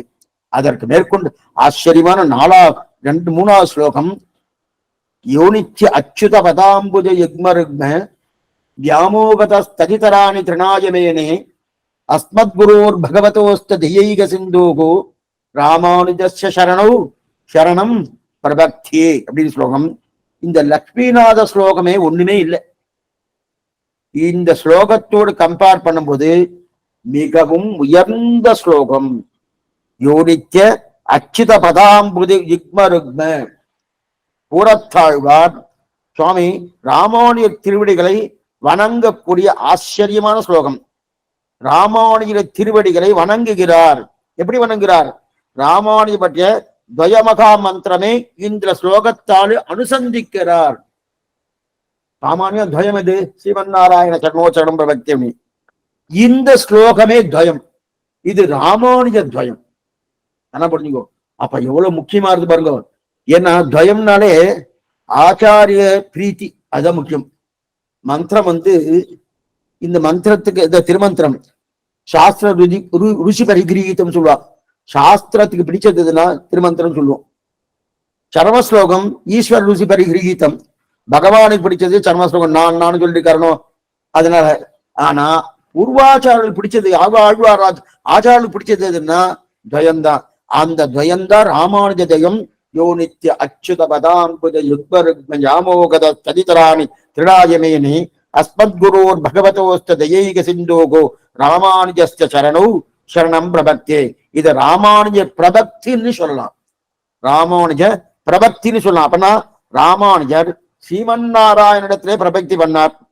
கூறத்தாழ்வார் ராமானுஜரிடத்திலே பிரபக்தி பண்றார். நல்லா பார்த்துக்கோ. ராமானுஜர் எங்க பண்ணார்? பகவன் நாராயண அத்மிபனார் ரூப ஸ்வரூப ரூப குண விபவிஸ்வர கத்தியத்துல சரணாதி பண்ணாரணும். பிராட்டியை முன்னிட்டு கொண்டு பிராட்டியிட்ட முதல் சரணாகதி, அடுத்து பகவான் சரணாகதி. ஆனா சுவாமி கூறத்தாழ்வார் என்ன பண்ணா? ராமானுஜத்திலே பிரபக்தி பண்றார். ஆச்சரியமான இந்த ஸ்லோகம். அப்ப ராமானுஜ திருவடியிலே சரணாகதி அனுஷ்டிக்கும் ஸ்லோகம். சரணாகதி அனுஷ்டிக்கிறார். அப்ப அனுஷ்டிப்பவர் யாரு? கூறத்தாழ்வார். சரணாகதி அனுஷ்டிப்பவர் எது போல?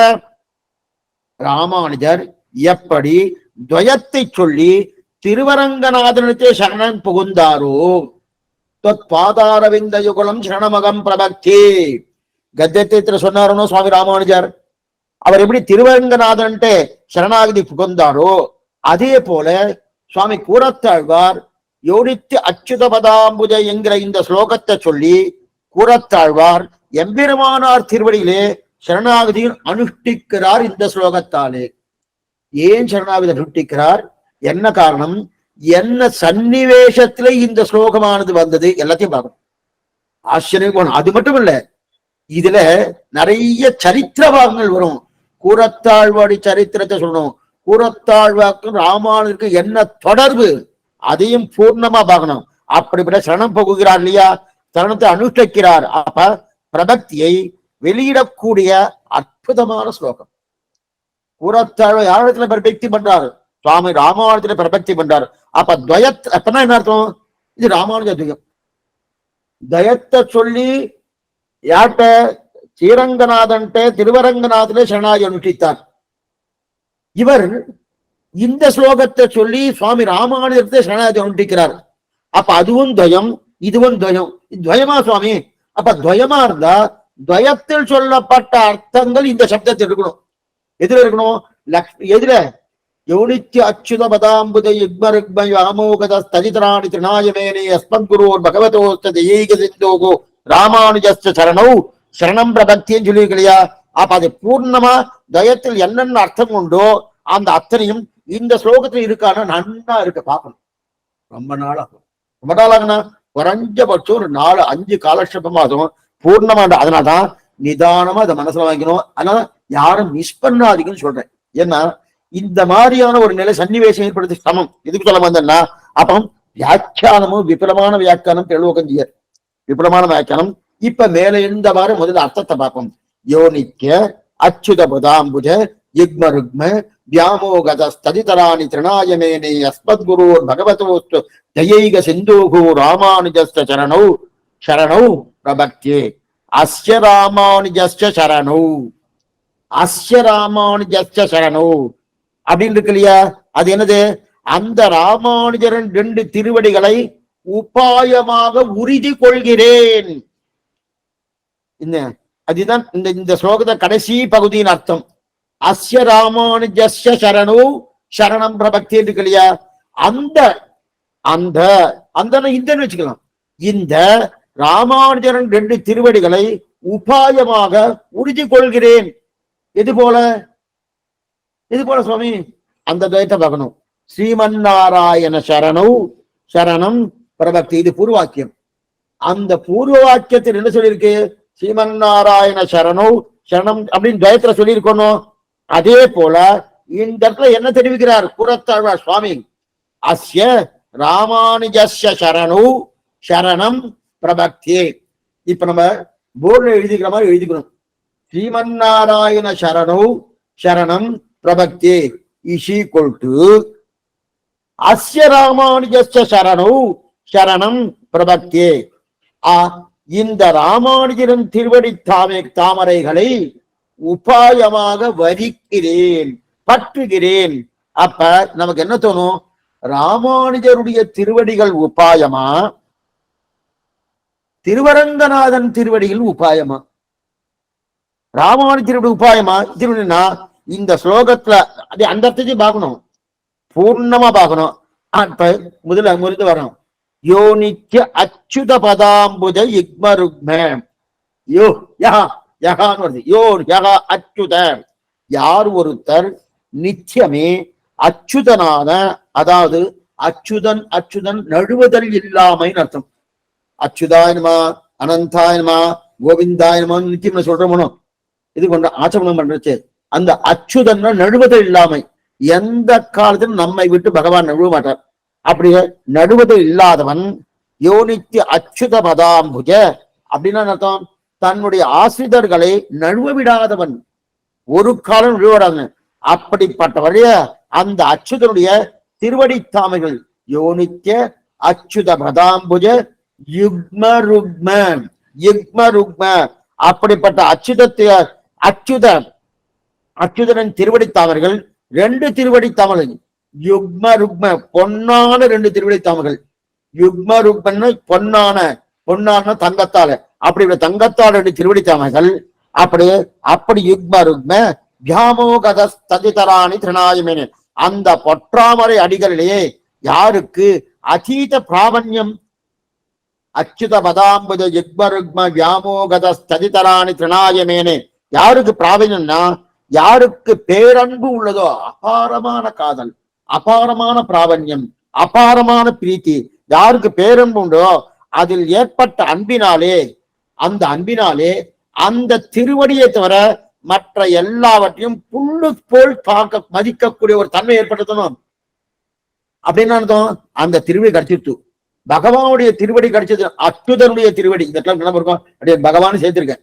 அச்சுதனுடைய திருவடி கிடைச்ச பிறகு அப்ப அதை தவிர மற்ற எல்லாமே இது புல்லை போல யார் மதிக்கிறாரோ, அந்த வைராக்கியத்தோடு யார் இருக்கிறாரோ அவர் யாரு?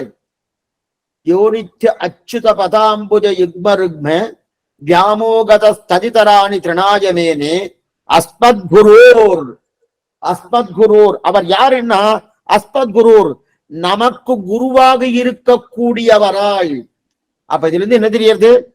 அதாவது அச்சுதன் என்று சொல்லக்கூடிய நடுவல் இல்லாத அந்த பகவானுடைய திருவடிகளை அவரை பிடித்து, அந்த பொன்னான 2 திருவடிகளை யாருக்கு அதீதமான பிராபண்யம் உண்டோ அவர் என்ன நினைக்கிறார்? மற்ற எதுவுமே புல்லுக்கு சமானம் நினைக்கிற யாரோ அவர் யாரு? அஸ்மத் குருர் நமக்கு குருவாக இருக்கக்கூடியவராய். யாரு? ராமானுஜர் தான் நமக்கு குரு. அப்படி இருக்கா இல்லையா? அப்படிப்பட்ட குரு அது பகவானா இருக்கலாம், தயனா. அப்ப தயை கடலாக இருக்கு. அஸ்மத் குருர் பகவத் தயைக சிந்தோகோ. சிந்துனா கடல், தயை தயையே கடலாக உருவெடுத்தவர். அந்த தயைக சிந்துவ தயைய கடலாக இருக்கார் இல்லையா?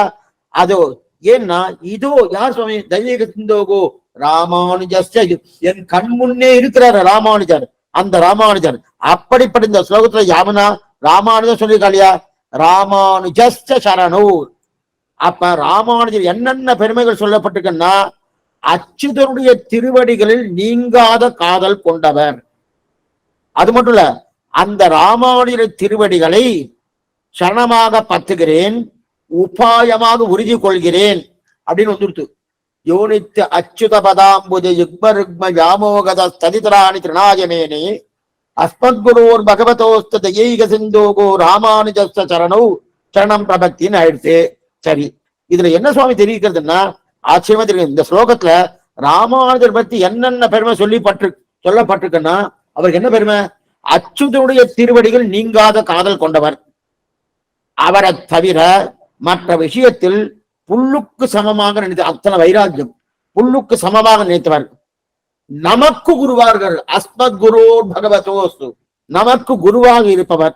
அது மட்டுமல்ல, தயக்கே இருப்பிடமாக தயை கடலாக இருக்கக்கூடியவர். நம் கண்முன்னே சேவை சாதிக்கக்கூடியவர். அவருடைய திருவடி தாமரைகளை உபாயமாக பற்றுகிறேன். இதுதான் ஸ்லோகத்தின் அர்த்தம். மறுபடியும் தெரிவிக்கிறேன், மேலெழுந்த வாரியான அர்த்தம் மறுபடியும் தெரிவிக்கிறேன், கேட்டுங்கோ. அதாவது ராமானுஜரை பற்றி என்னென்ன சொல்லியிருக்குன்னா, அச்சுதனுடைய திருவடிகள் நீங்காத காதல் கொண்டவர். யோனித்த அச்சுத பதாம்புஜ யுக்மருக்ம அவரை தவிர மற்ற விஷயத்தில் புல்லுக்கு சமமாக நினைப்பவர். நமக்கு குருவாக இருப்பவர். தயை கடலாகும் தயைக்கு ஒரு இருப்பிடமாக இருப்பவர். நம் கண்முன்னே சேவை சாதிப்பவர். அப்படிப்பட்ட அவருடைய திருவடிகளை உபாயமாக வருகிறேன், பற்றுகிறேன். இது ஸ்லோகத்தின் அர்த்தம். இப்ப வியாக்கியானம், ஆச்சரியமான வியாக்கியானம். புறத்தாழ்வார் ராமானுஜருடைய அனுகிரகத்தாலே ஞானம் பெற்றவர். ராமானுடைய அனுகிரகத்தாலே ஞானம் பெற்றவர். இப்ப கூறத்தாழ் முன் கதையை முதல்ல சொல்றார். முன்னாடி கூறத்தாழ் எப்படி, ஏன்னா இந்த கூறத்தாழ் இந்த ஸ்லோகம் பண்ணியிருக்கார். அப்ப ஏன் இந்த ஸ்லோகம் வந்தது, எப்படி பறந்தது, என்னவா பறந்தது? சரி, அவருடைய கதையை சொல்லணும். முன் கதையை சொல்றாரு. கூறத்தாழ்வார்க்கு ஸ்ரீவத்ச சின்னர்னு பேரு. ஸ்ரீவத்ச சின்னன், அதாவது ஸ்ரீவத்சம், ஸ்ரீவத்ச சின்னமிஸ்டர்னு பேரு. பெருமாளுக்கு ஸ்ரீவத்சம்னு திருமாட்டுல மருன்னு இருக்கும். இந்த மருவை பீடமாக வைத்துக் கொண்டுதான் மகாலட்சுமி பிராட்டி அந்த திருமார்பில் எழுந்தருள் உள்ளார். அகலையல்லேன் இறையமென்னு அலர்மேல் மங்க உரைமார்பா வடிவாயினின் வளமார்பினில் வாழ்கின்ற மங்கையம் பல்லாறு நித்திய சொல்றோமோ, அந்த மருதான் பீடம். அந்த மருவை பீடமாக வைத்துக் கொண்டுதான் பிராட்டதை ஏற்றுக்கார். அந்த மருவே யாருன்னா இவர் தான். அந்த ஸ்ரீவத்சின் அம்சம் தான், அது மருவுக்கு தான் ஸ்ரீவத்சம்னு பேரு. அது அம்சம் தான் யாரு? கூறத்தாழ்வார். அந்த மருவின் அம்சமாகவே கூறத்தாழ்வார் அவதரித்தார். அதனால அவருக்கு ஸ்ரீவத்ச சின்னர்னு பேர். சரி, இவர் ராமானுஜரை என்ன பண்றாருன்னா, கண்ணன்ன காத்து கொடுக்கணும். அவருக்கு ஏதாவது ஆபத்து வந்துட்டு, எல்லாருக்கும் இந்த சரித்திரம் தெரியும். சுருக்கமா சொல்றேன் சரித்திரத்தை. அவருக்கு சோழ மன்னலா கிருமிகண்ட சோழன். அந்த கிருமிகண்ட சோழனால பெரிய ஆபத்து வந்துட்டு, அவனுக்கு என்னன்னா நாராயண பரதேவதை அல்ல சிவனே, சைவனானபடியாலே நாராயண பரதேவதை அல்ல சிவாஸ் பரசரம் நாசி, சிவனே பரதெய்வம், சிவனை காட்டிலும் மேம்பட்ட தத்துவம் கிடையாது அப்படின்னு எழுதி கையெழுத்து போடணும் ராமானுஜர். ஏன்னா இது யார் பண்ணான்னா, அங்க இருக்கக்கூடிய ஒருத்தன் 400 பேரு, அவன் என்ன பண்ணா, நீ என்னென்னோ பண்ணி பண்ணி ராஜாட்ட கோல் சொல்லிட்டான். நீ என்னென்னோ பண்ணி இதெல்லாம் பண்ணி ஒரு பிரயோஜனம் இல்லை. ராமானிட்ட கையெழுத்து வாங்கிடு.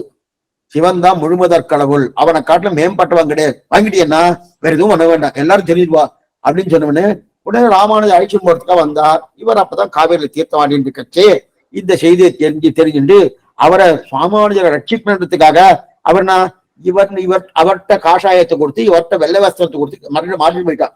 இவர் தான் வேஷம் போட்டுன்னு வரார், தன்னை ராமானுஜராக நடத்தி கொண்டு வரார்.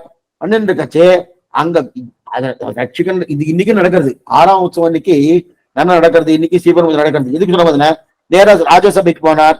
ராமானுஜர் கூரத்தாழ்வாடு வஸ்திரத்தை வாங்கிக்கிறார். கூரத்தாழ்வாடு வஸ்திரம் ராமானுஜர் அழிஞ்சிட்டு போயிறார். அதுக்கு மேலதான் அவர் மேலக்கோட்டைக்கு போயிறார். இந்த மேற்கு பக்கமே மேலக்கோட்டைக்கு போயிறாரு. அங்க போனா ராஜா அரண்மனைக்கு போனார். போன உடனே இந்த சரித்திரம் உங்களுக்கு எல்லாம் தெரியும், சுருக்கமா சொல்றேன். போன சிவா பரதரம் நாத்தி, சிவனை காட்டும் மேம்பட்ட தெய்வம் கிடையாது, சிவனுக்கு மேல மற்றொன்று கிடையாதுன்னு கையெழுத்து போடுன்னு சோழ மன்னவன் நிறைய வற்புறுத்தினான். இவர் என்ன பண்ணார், வேடிக்கை அர்த்தத்தை மாத்திட்டார். சுவாமி கூரத்தாழ்வார் என்ன பண்ணா அர்த்தத்தை பூர்ண மாத்திரம். இவர்னா சிவா பரதரம் நாச்சினா சிவம் என்று பகவான், அப்ப அவருக்கு ஒரு பகவான் இருக்கணும், கடவுள். கடவுளுக்கு சிவன் என்ற பெயரை வைத்துக் கொண்டு அந்த சிவனை காட்டும் மேம்பட்ட கடவுள் கிடையாது என்கிற அர்த்தத்தோடு சிவா பரதரம் நாஸ்தின்னு கழித்து போட்டு கொடுன்னு தெரிவிக்காரு சோழ மன்னவன். இவர் என்ன பண்ணார்னா சிவன் என்றதுக்கு பதக்கு குருணி, அளக்கக்கூடிய அளவு இருக்கணும், அந்த அளவுக்கு சிவம்னு பேரு. அந்த அளக்கக்கூடிய அளவு இருக்கிறையா, அந்த அளவை வச்சுட்டு இது சின்ன அளவு, இதை விட பெரிய அளவு இருக்கு அப்படின்னு சிவம்னான்றது ஒரு அளவு. அந்த அளவு இந்த அளவை காட்டிலும் இன்னொரு அளவு இருக்கு அப்படின்னு சிவா பரதரம் நாத்தின்னு சொல்லாத. இது அரைபடி, முக்காப்படி, காப்படி, ஒரு படி சொல்றோமோ அந்த பெரிய படிப்படியா வைத்துக் கொண்டு சிவா பரதரம் நாத்தினா அதை விட பெரிய அளவு இருக்கு அப்படின்னு சொல்லிட்டார். துரோணமஸ்தி ததப்பரம், துரோணமஸ்தி ததப்பரம், துரோணம் என்றால் அதை விட பெரியது. துரோணமஸ்தி ததப்பரம்னு சொன்னார். அதை விட பெரிய சொன்ன உடனே கோவம் வந்துட்டு, ராஜா கோவம் வந்துட்டு, கோவம் வந்த உடனே பெரிய வாக்குவாதம் மூண்டது. இவர் என்னென்ன பண்ணணுமோ என்னென்ன சொல்லணுமோ அத்தனையும் சொன்னார். அவளுக்கு சாஸ்திரம் தெரிய போறதா, சம்பிரதாயம் தெரிய போறதா ஒண்ணு. ஏன்னா சைவ மதம் என்பது சாஸ்திர சம்மதம் இல்லாத மதம். அடியன் முதலே சொல்லிறேன், எந்த குலத்தையோ எந்த மதத்தையோ அடியன் எப்பவுமே ஆழ்ந்து பேசுவதே கிடையாது. அந்த தேவையில்லாத விஷயம். ஏன்னா அவள் மதம் அவளுக்கு உயர்த்தி. ஆனா இந்த மாதிரியான ஒரு சன்னிவேஷம் வேறுபடும் போது இதையும் அதையும் நம்ம கம்பேர் பண்ணணுமானோ, இதையும் பார்க்கணுமானோ, அது இதுக்கு அதுவும் ஒத்து பார்க்கும்போது, அப்ப ஒத்து பார்க்கும்போது இது தாழ்ந்ததாக உயர்ந்ததாக தெரியும். சாஸ்திரம் அப்படிதான் சொல்றது. ஏகோகவை நாராயணாசன் நப்ரம்மா நேசானகா நேவேத்யாவா பிருத்திவி சொல்லியிருக்கலையா? அதனால அப்படின்னு சொல்றதுனால இவர் என்ன இது மாதிரி பேசிட்டு இருக்காரு, இவர் வைஷ்ணவரானா பேசிட்டு இருக்காரு அப்படின்னு சாஸ்திரம் என்னோ அதான் கூரத்தாழ்வார் சொன்னார். அவளுக்கு புரியல. நாராயணமே பரபிரம்மம் இங்க எங்க சொன்னார்? பெரியாழ்வார் எப்படி காமிச்சார்? குருமுக அனதீத்திய பிராகவேதான் சேஷான் நரபதி பரிப்ளப்தம் துல்கமா தாத்துகாமகா கனி அப்படின்னு சொல்லி எத்தனை உண்டோ அத்தனை வாக்கியம் சொன்னார். உபனிஷத் அவளுக்கெல்லாம் புரிய போறதா? நாட்டிய நீச சமயங்கள் மாண்டன நாரணனை காட்டிய வேதம் கலிப்பட்டும் தெரிவிக்கிறார் இல்லையா? தென்குருகை வள்ளல் வாட்டமிலாவன் தமிழ் வாழ்ந்தது மண்ணுலகம் தெரிவிதா. அப்படிப்பட்ட நாராயண சொல்ல வந்த வேதங்கள்னா வீடு பெற்றும் தெரிவிக்கிறார் இல்லையா? அந்த மாதிரி இவர் என்னென்ன உண்டு அத்தையும் சொன்னார்.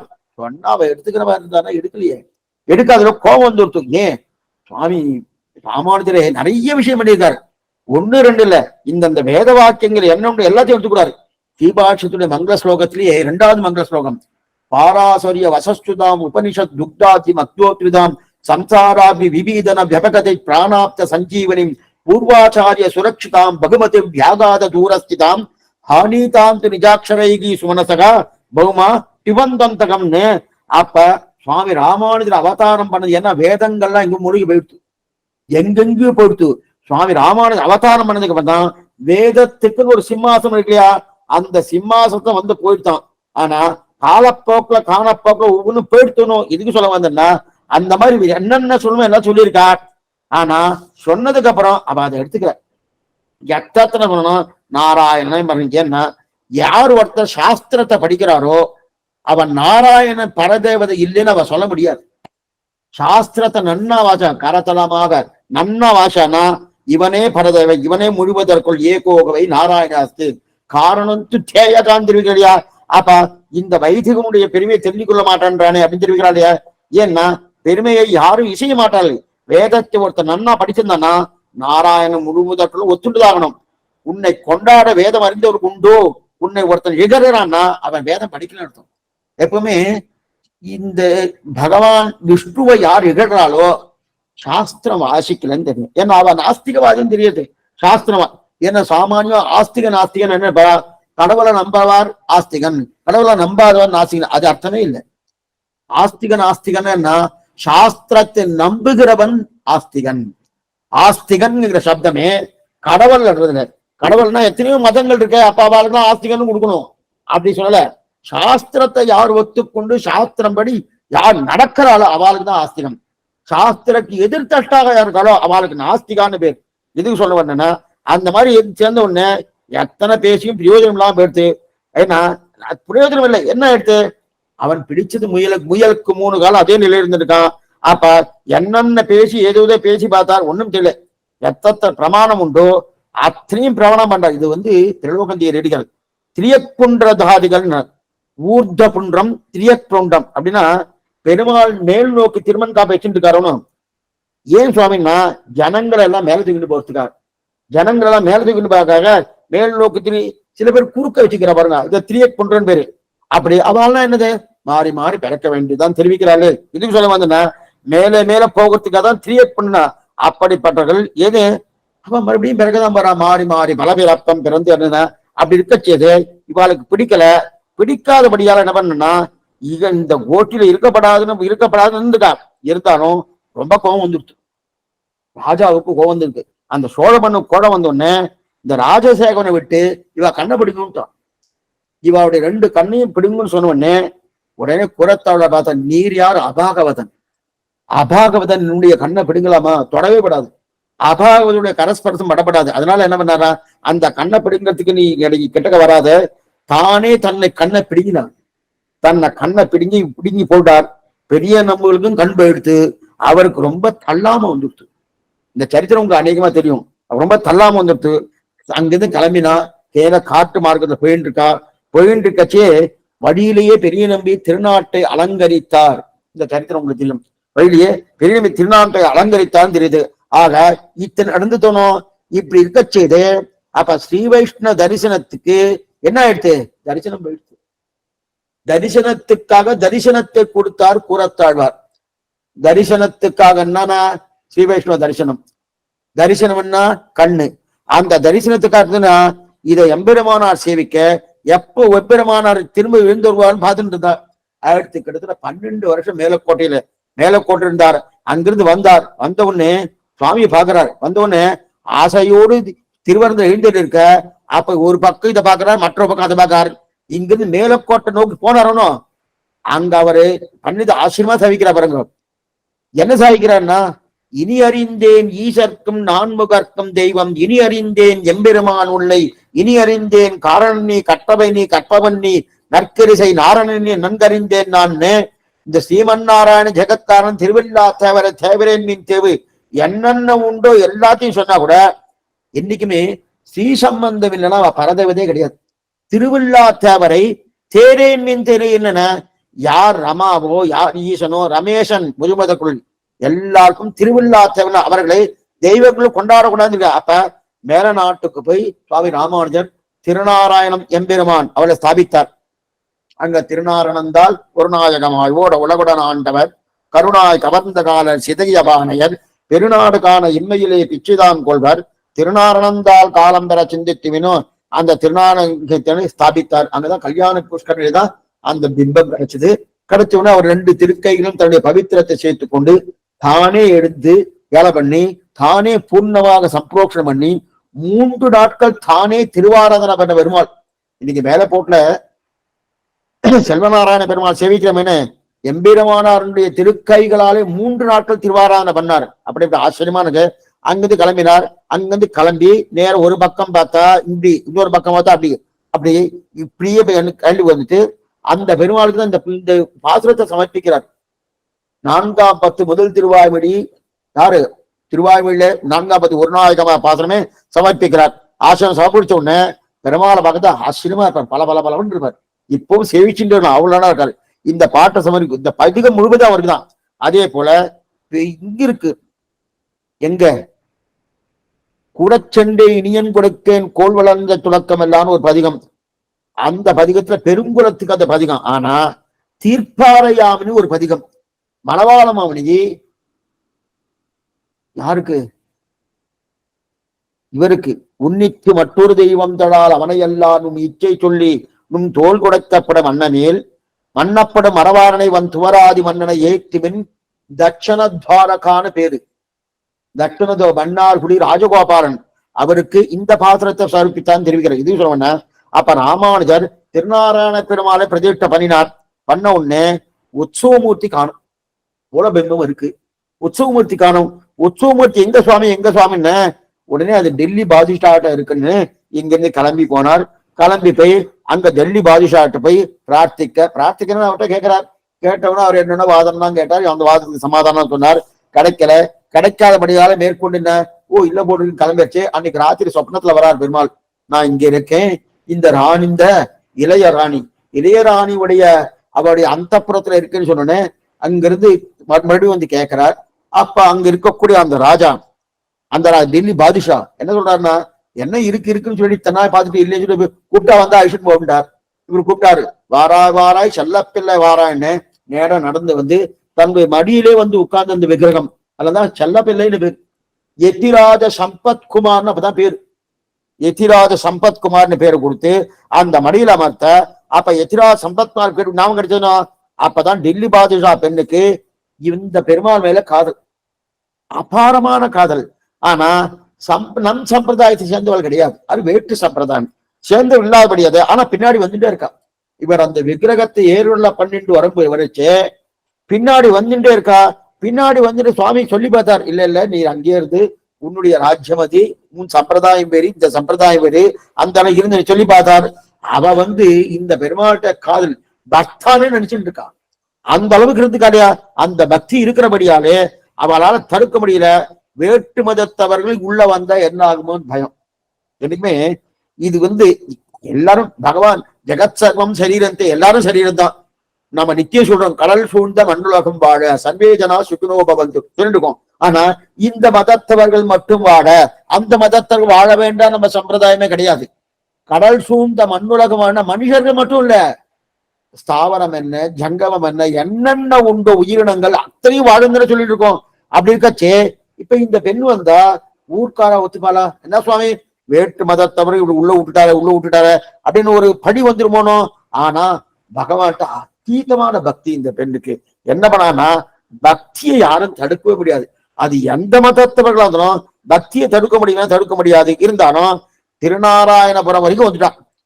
ஊருக்குள்ள போகணும், ஊருக்காரா ஏதாவது கொந்தளிப்பாளா, ஓ இந்த பெண்ணா இருக்காளே வேற்று மதமாச்சே கொந்தளிப்பாருன்னு உள்ள வரத்துக்கு முன்னாடி சுவாமி என்ன பண்ணார், அவருக்கு நிறைய புரட்சி பண்ணி அவருக்கு இல்ல. ஏன்னா புரட்சிக்காரனா சுவாமி ராமானுஜர். புரட்சின்னா என்ன, இன்னைக்கு பண்றா பாருங்க, அந்த மாதிரி இல்ல, சாஸ்திர சம்மதமா இருக்கும், சாஸ்திர சம்மதமா இருக்கும். அந்த மாதிரி புரட்சி பண்றாரு. ஏன்னா ஏதோ புரட்சி பண்ணா இன்னைக்கு சொல்ற அந்த மாதிரி இல்லை, ஏதோ பண்ணினதெல்லாம் புரட்சி இல்ல. பக்தனுக்காக பெருமாள் எப்படி இருக்கான்னா தெளிவுபடுத்தி காட்டமானோ அந்த ராமானுஜர் பண்ண புரட்சியை தான். ஏன்னா சம்ஸ்கிருத சாஸ்திரத்துக்கும் திராவிட சாஸ்திரத்துக்கும் விரோதம் இல்லைன்னு பெரிய புரட்சி பண்றார். அந்த காலத்துல சம்ஸ்கிருதம் கோலோச்சின காலம். அந்த கோலோச்சின காலத்துல அவர் இந்த மாதிரி பண்ணிட்டு இருக்க செய்து, அப்ப என்னமா சுவாமி இன்னைக்கு இன்னும் சமப்பட்டு இருக்கா, இந்த கோயில்ல தமிழ ஓத முடியலையே, தமிழ்காரர்கள் ஓத முடியலையே சமப்பட்டு இருக்கா. இன்னைக்கும் எத்தனையோ பிரயத்தனம் பட்டு இருக்கா. ஆனா ராமானுஜர் காலத்துக்கு முன்னாடி ஓதிட்டு இருக்குன்னா எத்தனை தூரம் இந்த தமிழுக்கு பிராதானியம் கொடுத்திருக்கா. அப்பனா அந்த புரட்சி எல்லாம் பண்ணியிருக்காரோ.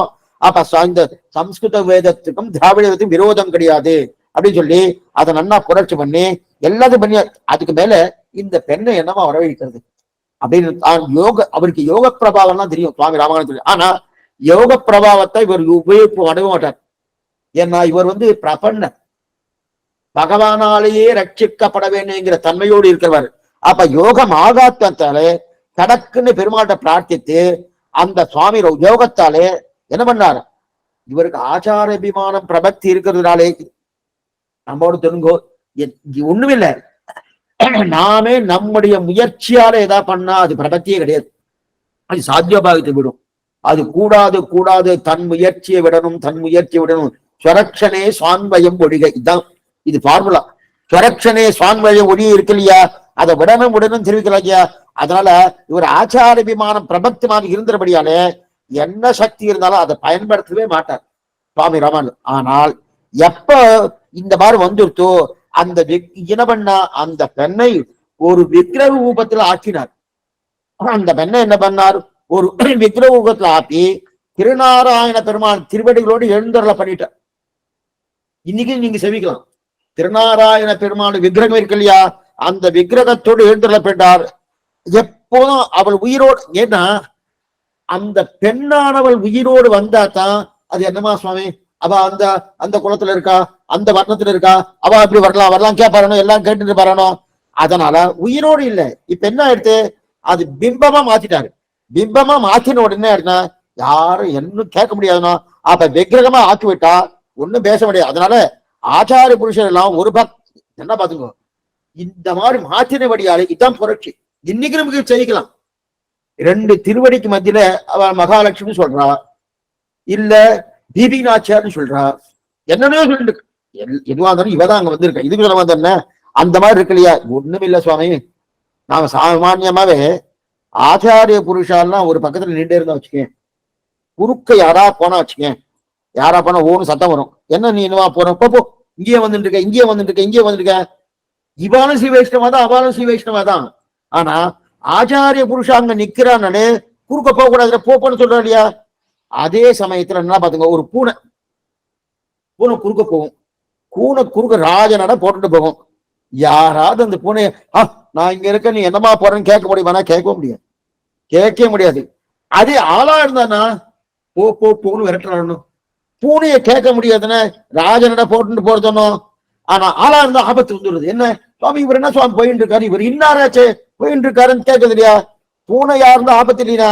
அப்ப ரெண்டாவது பிரசாத விநியோகம் முதல் யாருக்குன்னா அந்த பூனை தான் முதல்ல சாப்பிடுறது. எங்க சுவாமி பூனை கொடுத்துருவாளா, கொடுக்க மாட்டா, கொடுக்கச்சு கீழே சிந்தறதும். அந்த சிந்தர அந்த பிரசாதத்தை முதல்ல பூனை தான் சாப்பிடுறது.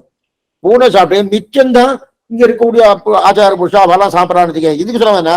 ஆனா அந்த பூனை யாராவது கேட்க முடியறதா, ஒண்ணும் பண்ண முடியாது. அதே யாரா உள்ள போனாச்சு உடனே சண்டை வந்துடுறது.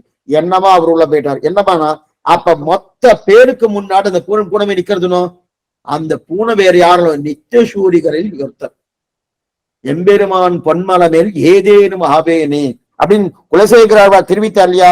அதே போல அந்த பூனை யாரு, சாமானிய நம்ம என்னமோ நினைக்கிறோம் பூனை இருக்குன்னு, அது சாமானிய பூனை இல்லை. இது பராசரம் மட்டும் தெரிவிக்கிறோம். சில நேரத்துல பெருமாளுடைய திருமையின் மேல கரப்பாம்பூச்சி எல்லாம் பார்த்திருக்கலாம்.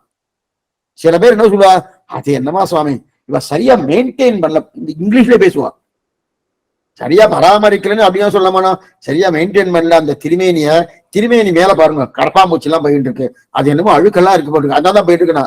இல்ல, அந்த கரப்பாம்பூச்சி உருவத்துல நித்திய சூரிய அந்த திருமேனி அனுபவிச்சுட்டு இருக்கார். பராசர் பற்றி இதை தெளிவுபடுத்துறாரு. கரப்பாம்பூச்சியுடைய அந்த நிலையில நித்திய சூரிய அனுபவிச்சுட்டு இருக்கு. அதே போல பூனையும் அது எந்த நித்திய சூரியோ ஏன்னா எம்பெருமான் பொன்மலமேல் ஏதேனும் ஆவேனும் தெரிவிக்கிறாரியா. அப்ப பிரார்த்தித்தபடி யார் பூனையோ யார் எலியோ எதுவும் தெரியாதுயா, அந்த விக்கிரக வடிவாக இருந்தா ஒரு ஆட்சேபம் வராது. வருமா சுவாமினு எந்த விதமா ஆட்சேபம் வராது இல்லையா. அப்படியே காட்சி அந்த சித்திர வடிவத்தில் விக்கிரகத்தை படிந்தா கேட்பார் இல்லையா, ஆள் வந்துட்டாச்சுக்க. அப்ப எத்தனை அத்தனை ஆட்சேபம். இது என்னதான் திருநாராயண பெருமாளை சேவிச்சா அவர் திருவடி நடுவிலே அற்புதமான ஒரு பெண் அந்த வடிவத்தில் இருந்துட்டு இருக்காரோ. மகாலட்சுமி சொல்றா, வடதேசத்து வந்தோடனே பிபி நாச்சன் விக்ரமா சொல்றாள், எல்லாம் உண்டு இல்லையா. ஆக மேலக்கோட்டை கைங்கரித்து முடிச்சுட்டு திரும்ப அவர் திவ்ய தேசம் வரார். திவ்ய தேசம் வந்தார். வெங்கடேஷ் ரங்கநாதன் இங்க ஆயிடுத்து, இங்க துணிகண்ட சோழன் போயிட்டான்னு தெரிஞ்சதுக்கு அப்புறம் திரும்பி வரார். திரும்பி வந்தோடனே திரும்பி அந்த ரங்கநாதனுக்கு கைங்கரியம் பண்ணணும்னு சொல்லிட்டு வந்திருக்காரனோ. இப்ப ரங்கநாதன் கைங்கரியம் பண்ணும் போதே கூடத்தாழ்வார பாக்குறார். அப்படின்னு நிறைய சரித்திரங்கள் இருக்கு. நமக்கு இது தேவைன்னா நமக்கு பாசுரம் முக்கியம். பாசுரத்துல சொல்லப்பட்ட வியாக்கியானத்துக்கு வந்தபடியா தான் அடியே சொல்லிட்டு இருக்கேன். வியாக்கியானத்து இந்த சரித்திரத்தை அவர் எடுக்கல வச்சுக்கேன், யாரு சுவாமி எழுவகந்தியர் எடுக்கலன்னா அடியும் சொல்ல போறது இல்லை. அவர் சொன்னபடியாலே ஆனா அவர் கொஞ்சம் நல்லா விபுலமா சொல்லியிருக்காரு, சுருக்கமா சொல்லிட்டு இருக்கேன், எல்லாம் உங்களுக்கு தெரியுன்றதுக்காக. அப்ப ரங்கநாதர் கைங்கரியம் பண்ணும்போது குரத்தாழ்வார் திருமண மண்டலத்தை சேவிக்கிறார். கண் போயிடுத்து, உமக்கா கண் போயிடுத்து, உமக்கு கண் போயிடுத்து, எப்படி கண் போயிடுத்து, எப்படி கண் போயிடுத்துன்னு நடந்த சரித்திரத்தெல்லாம் சொல்ல உடனே குரத்தாழ்வார் தெரிவிக்கிறார், என்ன நான் ஏதோ அபச்சாரப்பட்டிருக்கேன், அந்த அபச்சாரப்பட்டபடியால் தான் என் கண் போயிடுத்துன்ற. நீர் அபச்சாரப்பட்ட, என்ன அபச்சாரப்பட்டுன, திருமண் காப்பு இப்படி சாட்சின்னு போயிருக்காரனோ, அந்த திருமண் காப்பு கோணலா இருக்குன்னு சொல்லியிருப்பேன், இந்த கண்ணை பார்த்தோன்னு சொல்லியிருக்கேன், இந்த கண்ணை வைத்துக் கொண்டு அந்த திருமண் காப்பு கோணலா இருக்குன்னு சொல்லியிருக்கேன், அந்த அபச்சாரப்பட்டபடியால் தான் எனக்கு கண் போயிடுத்துன்ற. நமக்கெல்லாம் எதுவுமே இருக்கக்கூடாது, கண்ணு காது மூக்கு இது எதுவுமே இருக்கக்கூடாது. நமக்கு இருக்கிற அவயவங்கள் என்னென்ன உண்டோ எல்லா அவயவத்தாலும் அபச்சாரம் அடைய மட்டும் இருக்கேன் பட்டு இருக்கணும், ஆனா இருக்கப்படாது. ஆனா அவர் சொல்றாரு பாருங்க, அதனால போயிருக்கும் சொன்னார். இருந்தாலும் எம்பெருமானாரே கண்களிக்கிறார், கூறத்தாழ்வாரே உமக்கே கண்கழித்தா கண்பிட. அப்ப கூறத்தாழ்வாற்றை நியமிக்கிறார். என்ன நியமிக்கிறான்னா, நீ தேவ பெருமாள்கிட்ட போ, தேவ பெருமாள்கிட்ட போயிட்டு அங்க போய் பிரார்த்தி, அங்க போய் என்ன பண்ண ஸ்லோகம் சொல்லு, ஸ்லோகத்தை சொல்லி. இவர் இருக்கிறது திருவரங்கத்துல, இந்த விஷயம் நல்லா கேட்டுங்கோ. திருவரங்கத்துல இருந்து கொண்டு தேவ பெருமாள்கிட்ட போய் பிரார்த்தினார். அந்த தேவ பெருமாள் ஸ்லோகத்துல சேவிச்சதுக்கு அப்புறம் என்ன வேணுங்க பார், அப்ப கண்ணை கொடுன்னு பிரார்த்தினார். புரியத்துக்கா சொன்னேன். ஏதோ பணம் வேணும், ஒரு 10,000 ரூபாய் வேணும், பக்கத்திலே இருக்கார், பக்கத்துல ஒருத்தர் பேர் கோட்டீஸ்வரர், நல்லா கிடையாது, கேட்டா உடனே கொடுத்துருவார். ஆனா கொடுத்துருவாருன்னு தெரிஞ்சா கூட அவர்கிட்ட கேட்காம, சுவாமி அங்க ஒரு 10 மைல் தூரத்தை தள்ளி ஒருத்தர் இருக்கார், அவர்கிட்ட போய் கேட்டு வாங்கன்னு சொன்னா எப்படி இருக்கு, அது மாதிரி இருக்குது. பக்கத்திலே இருக்கா திருவரங்கநாதன், அவரை வச்சுட்டு சொல்லிட்டு இருக்காரு. அதுவல்ல கைங்கரியமா அரங்கநாதுக்குனா, அரங்க நல்லால் தெய்வம் இல்லை அப்படின்னு நன்னா அறுதிக்கிட்டு அத்தனையும் ஒவ்வொரு சப்தமும் ஒவ்வொரு நிலையும் அந்த அரங்கநாத கைங்கரியம் பண்ணி கொண்டு இருக்கச்சேதே அங்க போய் கண்கருன்னு இருக்காரு. எங்க தேவ பெருமாட்டு போய் கண்கருன்னா, பெரிய பெருமாள் ஏன் சுவாமி பெரிய கொடுப்பாரா, கொடுக்க மாட்டார்னா, அவர் காட்சியும் கொடுத்திருக்கார், கண்ணும் கொடுத்திருக்கார். ஏன்னா திருப்பானாவில கொடுத்து காட்டுக்கான, என் அமுதனை கண்ட கண்கள் மற்றொன்றினை காணா, ஆபாத சூடம் அனுபூய அரிம்சையானாம் மத்தியேக வேது திகு திகு உதிராத்ராதாம் காட்டவே கண்ட பாத கமலம் நல்லாடை உந்தி கேட்டர் உதரபந்தம் திருமார்பு கண்டம் சுவாய் எல்லாம் பண்ணிருக்கிறார். பில்லவரங்கா வள்ளிதாசர் சுவாமிதிராசன் வந்தார், இவருடைய கண்ணு என்ன அழகா இருக்கு, இந்த கண்ணு மாதிரி இருக்குமா அப்படின்னு கொடை பிடிச்சிட்டு போறது. சுவாமி எம்பெருமானார்னா இந்த கண்ணை காட்டும் மேம்பட்ட கண்ணை காத்த ஒத்துக்கொள்கிற ஐசன் வந்து திருப்பானாருக்கு எப்படி காட்டி கொடுத்தாயோ அதே போல இந்த பில்லவரங்காவளிதார் காட்டும் சொன்ன காட்டி கொடுத்தாரனோ. இப்ப கூறத்தாழ்வானு கண் இல்லை, கண் இல்லைன்னா பெரிய பெருமாளை பார்த்து ஒரு சோத்திரம் பண்ணும், கண் கொடுப்பார் பிரார்த்தின்னு சொல்லணுமோ, சொல்லவே இல்லை. அந்த மாதிரி சொல்லாம சுவாமி கூறத்தாழ்வாருக்கு என்ன நியமனம் பண்றாருன்னா, இங்க பெரிய பெருமாட்ட ஸ்தோத்திரம் பண்ணணும்னு நியமனம் பண்ணல. ஏன்னா சுவாமி பண்ணல, இங்க பண்ணிருக்கலாமோ. இவ்வுலக பயனையும் அவ்வுலக பயனும் கொடுப்பவன் யாருன்னா காஞ்சி தேவ பெருமாள் தான். ஸ்ரீநிதிம் நிதிம் அபாரம் அத்தினாம் அத்திதார்த்த பரிதான தீட்சிதம் சர்வபூத சுகிருதம் தயாநிதம் தேவராஜம் அதிராஜம் ஆசிரியன்னு இந்த ஊர் சொத்தென்ன அந்த ஊர் நிலை என்ன ரெண்டு அகமேவ பரந்தத்துவம் அப்படின்னு தெரிவித்தாரோனா. அந்த காஞ்சித்திரம் காந்த தூள் அண்ணல் தன் அத்தியூரர் கடலினைக்கு உண்டவன் பாலம் தெரிவிட. ஆகையால் வரதராஜனை குறித்து நீ ஸ்தோத்திரம் பண்ணும், வரதராஜ குறித்து ஸ்தோத்திரம் பண்ண, அந்த ஸ்தோத்திரத்துல கண் கொடுக்குறன்னு பிரார்த்தின்னு சுவாமி அந்த பக்கத்துல பெரிய பெருமாள் இருக்காரு, அந்த பெரிய பெருமாளை வைத்து கொண்டே இதை சொல்றார். அப்படின்னா அர்த்தம் என்ன அப்படி சொல்லணும். பக்கத்துல கோடீஸ்வரரா இருக்காரு, 10,000 இவற்றை கேட்டா வாங்கிட்டுலாம். அதை கேட்காம எங்கேயோ 10 மைல் தூரத்துல இருக்க அவர்கிட்ட போய் கேட்டு வாங்கிடுவான்னு சொல்ற மாதிரி இருக்கு. அந்த மாதிரினா அப்ப இங்க பெரிய பெருமாள்கிட்ட கேட்காம ஏன் சுவாமி தேவ பெருமாள்கிட்ட இருக்கிறார்? அப்ப அர்த்தம் என்னன்னா, இவர் அனுபவிப்பவர், அவர் கொடுப்பவர். அதனால்தான் ஸ்ரீரங்கத்துக்கு போக மண்டபம்னு பேரு, காஞ்சிபுரத்துக்கு தியாக மண்டபம் பேரு. புஷ்ப தியாக போக மண்டபங்களில் பனிப்பூவும் ஆலவட்டமும் வீணையும் கையுமான அந்தரங்கரை முடிமன்னவரும் வைதிகோத்தமனும் மனாமுன் மகாமுனியும் அனுவர்த்தித்த கிரமம்னு ஆச்சரியமான சூத்திரிக ஆச்சார இதயத்துல. புஷ்ப மண்டபம், தியாக மண்டபம், போக மண்டபம். புஷ்ப மண்டபம் திருமலை, தியாக மண்டபம் காஞ்சி தேவ பெருமாள் மண்டபம், அதே போக மண்டபம் இது பெரிய பெருமாள் மண்டபம், போக மண்டபம். அப்ப போக மண்டபம் ஆனபடியாலே அவர் அனுபவிப்பார். கொடுப்பதை இன்னொருத்தர் கொடுத்தா அனுபவிச்சுட்டே இருப்பார். இன்னொருத்தர் கொடுத்தா நன்னா கொடுப்பது யார் சுவாமி? தேவ பெருமாள். அனுபவிப்பது யாரு? பெரிய பெருமாள். இதனால்தான் தேவகியை போல எங்க சுவாமி சொல்றார், இந்த தொண்ட மண்டலம் தேவகியை போல, சோழ மண்டலம் யசோதையை போல. இந்த தொண்ட மண்டலத்துக்கு பெற்று கொடுக்க தெரியும், அனுபவிப்பது ஃபுல்லா எதுன்னா எது? சோழ மண்டலம் தான். எது போல? தேவகி யசோதையை போலன்னு. தேவகி பெத்தா, ஆனா பெத்து அனுபவிச்சாருன்னா 10 வருஷங்கள் பூர்த்தி அனுபவிச்சு யாரு? தேவி. என்ன வயிறு விட்டால் இவரை பெற்ற வயிறுடைய ஆள் தெரிவிக்கிறார் இல்லையா? அத்த அனுபவித்து போல யசோதனை அனுபவித்தா. அதே போல இந்த தொண்ட மண்டலத்தை அநேகமா ஆழ்வார்களோட அவதாரம் எல்லாமே பொய்கையார், பூதத்தார், பேயார், புகழ்மணிச ஐயன், அருள் மாறன் விட்டுருவோம், சேரடகோன் விட்டுருவோம், பட்டநாதன், அன்பர்தால் தூள், இதெல்லாம் எல்லாம் அநேகமா இங்கதான். ஆனா இங்க தொண்டை ஆழ்வார் அனுபவிச்சாரணும், அவதாரம் பண்ணிருக்கா. அவதாரம் பண்ணிட்டு போய் சேர்ந்த இடங்குன்னா சோழ மண்டலம். சேராதன உளவோ பெருஞ்செல்வர்க்குன்னு சொல்லுவா. ஒருத்தர் பணக்காரா இருந்தா நிறைய பணம் வந்துட்டே இருக்கணும். கொல்லெண்டு கலந்தெழுந்த பெருஞ்செல்வம் நெருப்பாக கொல்லெண்டு தமமூடும் கொள் கொள் கொள்ளு எடுத்துக்கோன்னு சொல்லுவோம். அதே போல இங்க என்ன எடுத்து தேவப்பெருமாள் கொடுப்பார், இவர் வாங்கிப்பார், இவர் அனுபவிச்சுட்டே இருக்கா இல்லையா? அப்படிப்பட்ட அனுபவம் தான். ஏன்னா ஒருத்தர் உழைக்கிறாருன்னா இன்னொருத்தர் என்ன, எங்க அப்பா சம்பாதிச்சு வச்சார், அப்படியே அன்னைக்கு அனுபவிச்சுட்டு இருக்கேன். இன்னொருத்தர் வந்து கேட்கிறார், என்ன சுவாமி நீர் ஒன்றும் சம்பாதிக்கவே இல்லை, நீர் பாட்டு இப்படி அஞ்சினா? என் சொத்து எங்க தகப்பனார் சொத்து, என் தகப்பனார் சொத்தை நானும் பேரும் உமக்கே நம்ம கேட்கிறோமோ. அதே போல கஷ்டப்படுறது யாரு? தேவப்பெருமாள். அனுபவிக்கிறது யாருன்னா இப்படி சொன்னேன்னு யாராவது இல்ல சுவாமி திருவரங்கத்தை பத்தி குறையா சொல்றேன்னு நினைக்க வேண்டாம், இதெல்லாம் வைபவம் தான். இன்னைக்கும் நல்லா ஆழ்வாராச்சார உற்சவம் அந்த பெருமாள் பங்கியும் போக மாட்டார், அங்கேதான். ஒவ்வொரு ஆழ்வாரும் அவர்கிட்ட தான் போகணும். பார்த்தாலும் திருவாராதனுக்காக போவா. அது 9 ஆகுமோ 10 ஆகுமோ 10:30 ஆகுமோ தெரியாது. அது வரைக்கும் அங்கேயே நின்றுட்டே இருக்கணும். நின்றுன்றது முடிஞ்சதுக்கு அப்புறம் ஒரு மாலை மரியாதை சீசலோகம் கிளம்பி வந்துட வேண்டிதான். அதுக்கப்புறம் இவர் தான் உற்சவம் பண்ணிக்கணுமே தவிர அங்க எதுவுமே கிடையாது. ஆனா மற்ற திவிதேசம்லாம் என்னன்னா அந்தந்த ஆழ்வார் உற்சவம்னா அந்தந்த பெருமாள் திருவல்லிக்கணும், அந்த பெருமாள் அங்க போறாரு.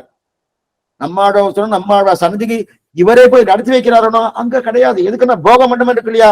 அதனால அவரை கூப்பிட்டு என்ன சொல்றாரு, நேரம் அங்க போ, தேவ பெருமாள்கிட்ட போ, அங்க போயிட்டு பூர்ணமா என்னென்ன உண்டோ தெரிவிக்க. சில பேர் நல்லா கட்டப்படுவா, அனுபவிக்கிறவனு அனுபவிக்கிறான். அதே போல தேவ பெருமாள் என்ன சேர்த்து வைக்கிறார்.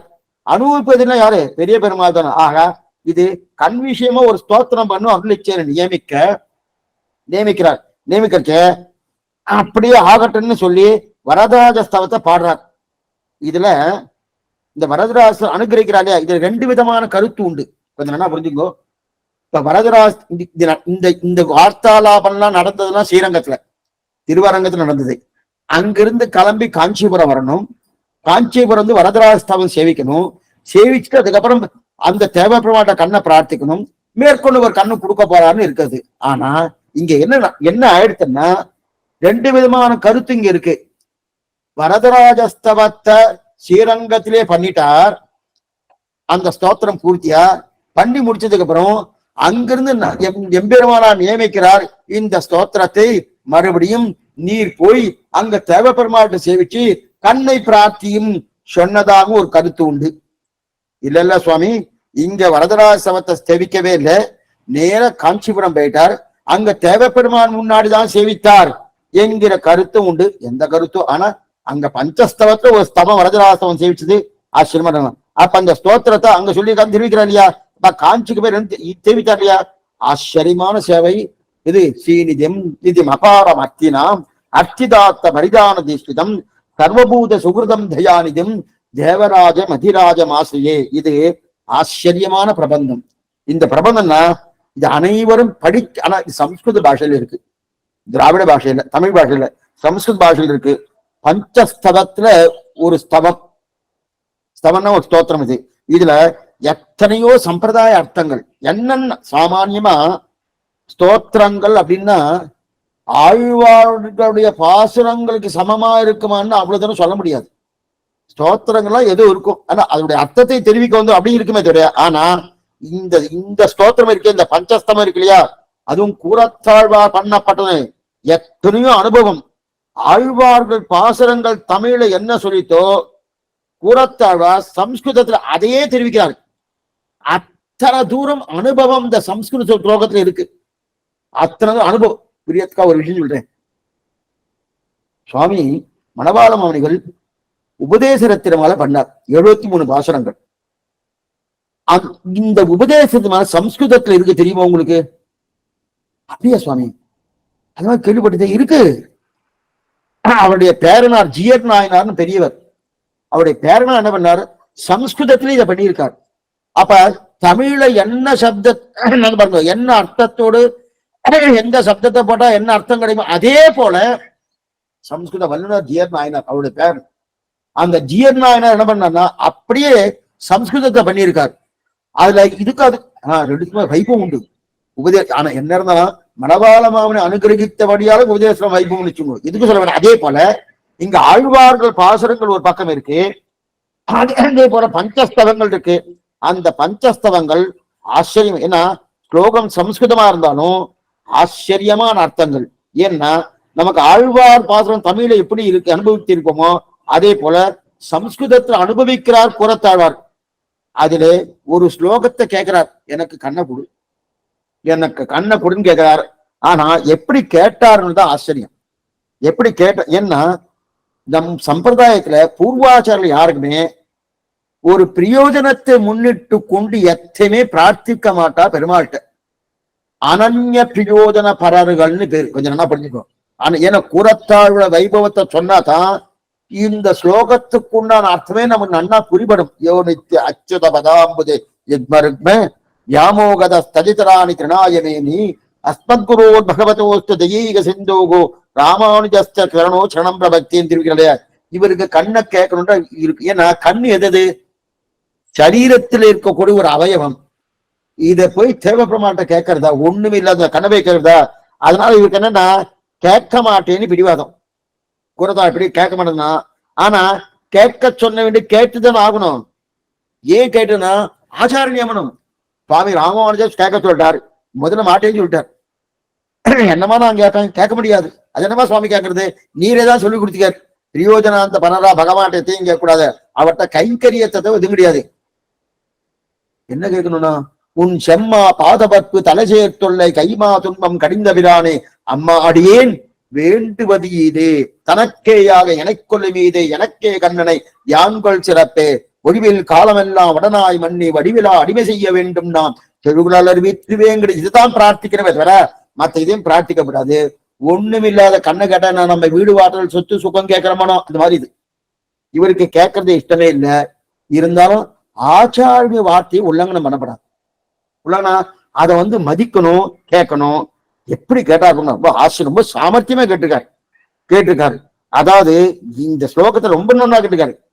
வேடமலையில எழுந்திருக்கக்கூடிய தேவபெருமானே என் கண்ணுக்கு விஷயமாக உன்னை பிரார்த்திக்கிறார். எதை விஷயமாக்கணும்னு தேவபெருமான் கேட்க நீ மேகத்தை போன்று இருக்க, கரியமேனியா இருக்க. அப்படிப்பட்ட நீ என்ன பண்ணணும்னா எனக்கு கண்ணு கொடுன்னு கேட்கல. என்ன சுவாமின்னா கண்ணை கேட்டார். எப்படி கேட்டுக்காருன்னா என் கண்ணை குடுன்னு சொல்லும் போது கூட ஒண்ணு சேர்க்கிறார். என்ன கேட்கிறான்னா, இந்த கண் கொண்டு உம்மையும் எம் ஆச்சாரியனாக இருக்கக்கூடிய ராமானுஜரையும் பார்க்கலாம தவிர மற்ற யாரையும் பார்க்க வேண்டிய அவசியம் இல்லை. அப்படிப்பட்ட கண்ணு குடுன்ட்டு இந்த இடத்துல பாருங்க, கண்ணை கேட்டதான் ஆயிடுத்து, கேட்காதுதான் ஆயிடுத்து. இப்ப கண்ணை இவர் வாங்கல. ஏன்னா லோகத்தை பார்க்க முடியுமா, கண்ணை வைத்துக் கொண்டு பார்க்க முடியாது. ஏன்னா இவர் கண்ணை என்னமா கேட்டிருக்கார், தேவபெருமாளை சேவிக்கலாம், சுவாமி ராமானுஜரை சேவிக்கலாம், மற்றவரை சேவிக்க முடியாது, தெரியாது. இந்த லோகம் தன் கண் திருஷ்டியில தெரியாது. வேற யாராவது தெரியுமா, ஒருத்தரும் தெரியாது. ராமானுஜரும் அதே போல தேவபெருமாளை தவிர வேற யாரும் தெரியாது. இப்ப இதுல என்ன ஆயிடுச்சு பாருங்க, எவ்வளவு சாமர்த்தியம் பாருங்க. என்ன ஆயிடுச்சுன்னா ராமானுஜர் கண் கேட்க சொன்னார் என்ற விஷயம் வந்துடுத்து. அப்ப ராமானுஜர் வார்த்தையை உல்லங்கனம் பண்ணல. ஆச்சாரின் நியமனம் என்னமோ அந்த நியமம் பிரகாரம் கண்ணை கேட்டாச்சு. அதே போல இவருக்கு மனசுல என்ன இருக்கு, கண் வேண்டாம், கண் வேண்டாம். ஏன்னா போயிடுச்சு. கண்ணை போய் கேட்பாரா தேவைப்பட? ஏன்னா ஒண்ணுமில்ல, பெரிய கற்பக மரம். கற்பக மரத்துக்கிட்ட போய் கௌபீனம் வேணும்னு, கௌபீனா எனக்கு முகத்தெல்லாம் தொட்டிக்கணும், ஒரு கர்ச்சிப் கொடுக்குறியா, கைக்குட்டையை கொடுக்குறியா அப்படின்னு கேட்டா கற்பனை வரும், நொந்து போயிடும். நான் எத்தத்தையும் கொடுக்கறதுக்கு காத்துட்டு இருக்கேன், ஒண்ணும் இல்லாத இந்த கௌப்பீனம் கேட்கறியே அப்படின்னு கேட்கிறா இல்லையா? அதே போல அவர் எனக்கே தன்னை தந்த கற்பகம் அப்படின்னு தெரிவிக்கிறாள் ஆழ்வார். அப்படி இருக்க அவர்கிட்ட போய் இது கேட்கறதா அப்படின்னு தெரிவின பார்த்தார் கண்ணை கொடுன்னு கடைசியா 102 ஸ்லோகத்துல அந்த சுவாமி கேட்கல. அப்ப என்ன கேட்டாருன்னா, என் கண்ணுக்கு நீ விஷயமாகணும், கண் இருந்தால் பெருமாள் சேவை சாதிக்க முடியும். சரி சுவாமி, கண்ணை கொடுன்னு கேட்கலாமான்னா விஷயாந்தரத்தை கேட்க மாட்டோம் இல்லையா, பெருமாளை தவிர இன்னொன்று கேட்க மாட்டார். அதனால இவர் என்ன பண்ணா, நல்ல ஆச்சரியமா உண்மையும் நம்முடைய ராமானுஜரை தவிர மற்ற யாரும் சேவிக்கணும்னு அவசியம் கிடையாது அப்படின்னு கேட்டார். கேட்டோன்னு தேவப்பெருமாள் கொடுக்கணுங்கன்னா தேவப்பெருமாள் நிலை என்னதுமா? அவருக்கு ஆசீர்வாதம். வாய் பேசாதவன் பேசுகிறான், முடவன் நடக்கிறான், கண் பார்க்காத கண் பார்க்கிறான், ஊமை பேசுகிறான், பேச முடியாத நன்னா பேசுறான். இதெல்லாம் வரதனுக்கு இருக்கக்கூடிய ஆச்சரியமான அனுகிரகம். அப்படி இருக்கச்சே கண்ணு ஒரு பெரிய பொருட்டான கிடையாது. அப்ப கண் கொடுக்க வராரு. கண் கொடுக்கறச்சே இவட கண்ணுக்கு பிரார்த்திப்பதில் மறுபடி 2வது தடவை வேற சொல்லிட்டு இருக்கேன். ஏன்னா சம்பிரதாயத்துல நல்லா புரிஞ்சுக்கணும். புறத்தாழ்வார் கண் கேட்டிருக்கார். இன்னைக்கும் சில பேர் ஒரு வழக்கம் வச்சுட்டு இருக்கா. அது அந்த காலத்துல இது செவி வழி செய்து இது எங்க இருக்குன்னு அடியேட்ட கேட்டுறாதுங்க. கண்ணு சில பேருக்கு சரியா தெரியல. அடி இப்ப சொல்ல, இப்பெல்லாம் அதுக்கு நிறைய, அதாவது மருத்துவ ரீதியா நிறைய அதுக்குண்டான மாற்று கருத்தெல்லாம் வந்துடுது. அடிய சொல்றது ஒரு 100-150 வருஷத்துக்கு முன்னாடி கண் சரியா தெரியல, வேற ஏதோ கண்ணில் ஏதோ ப்ராப்ளம், ஏதோ ஒன்று வந்துடுத்துன்னா உடனே பூரம் போய் செவிச்சுடுவாங்க விடுவா. பூரத்தை போய் செவிச்சுடுவாங்க, கண் சரியா போயிடுவா. என்னமா சுவாமி, எதுமா சுவாமின்னா, சரி சுவாமி அது மாதிரி பண்ணலாமா, அது மாதிரி பண்ணலாமா, பண்றது சரியா அப்படின்னா, பிரபன்னனா இருந்தா பண்ணக்கூடாதுன்னு ஒரு பக்கம் பார்க்கணும். அதே நேரத்துல இவர் கைங்கரிய பரதா இருந்தா வச்சுக்கேன், என்ன படிச்சுங்க. இது எது போலன்னா, பின்பழகராம் பெருமாஜியர் பெருந்திவத்தில் 50 மிக்க ஆசையினால் நம்பில்லைக்கான அடிமைகள் செய் அந்நிலைய நன்னெஞ்சேன்னு தெரிவிக்கிறார் உதேச மாலையில. பின்பழகராம் பெருமாஜியர் அவருக்கு உடம்புக்கு வந்துடுத்து. சாமானிய பிரபன்னன் உடம்புக்கு வந்தா எத்தையும் பண்ணக்கூடாது. அவர் கொடுத்த சரீரம் கூவிக்கொள்ளும் காலம் இன்னும் குறுகாதோ அப்படின்னு என்னைக்கு கிளம்பணும் காத்துட்டு இருக்கச்சே, இந்த உடம்ப சரிப்படுத்திட்டு இங்கே இருக்கிறனா அது சம்பிரதாயமே கிடையாது, பிரபன்னன் உண்டான நிலை இல்லை. ஆனா பின்பழகராம் பெருமாள்ஜியர் அதை பண்ண பசாத் சுந்தர தேசிகன்னு ஒரு பேர். அவர் அதை பண்ணிட்டார். பண்ண ஒண்ணு அல்லோலப்பட்டு ஸ்ரீரங்கமே.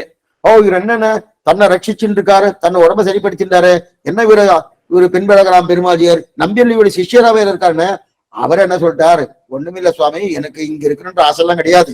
ஏன் பண்ணிட்டேன்னா, இருக்கு ஆச்சாரிய கைங்கரி இங்க இருக்கு. நம்பில்ல ஆச்சாரியன் அவரு தீர்த்தமாட்டு வரைச்சு அவர் கைங்கரியம் பண்ணுவேன். அந்த கைங்கரியம் எனக்கு இந்த வியாதி வந்து பிராணம் போயிடுத்துன்னா இந்த கைங்கரியம் போயிடுமானோ, அந்த கைங்கரியத்துக்காக நான் உடம்ப சரிப்படுத்தினேன். அந்த எண்ணம் இருந்தா அது உண்மையாக்கணும். உண்மையா இருந்தா நான் பண்ண. எதுக்கு சொல்ல வந்தேன்னா, இப்ப கூறத்தாழ் அந்த நிலையில இங்க கண்ணை பிரார்த்திக்கிறார்னா கிடையாது. இக்கண்ணை கொண்டு உண்மையும் நம் ராமானுஜன் தவிர மற்ற யாரையும் பார்க்க வேண்டாம்னாரு. சரி அப்படியே கொடுத்தோன்ட்டார். அப்படியே கொடுத்தோன்னாரு. இன்னொரு சரித்திரம் உண்டு. முதல்ல கேட்கும் போது முக்தி கொடுன்னு கேட்டார். தேவபிரம் முக்தி கொடுத்துட்டாரு. ராமானுஜர் பக்கத்திலே இருக்காரு. நினைப்பாருங்க, ராமானுஜர் பக்கத்திலே இருக்காரு.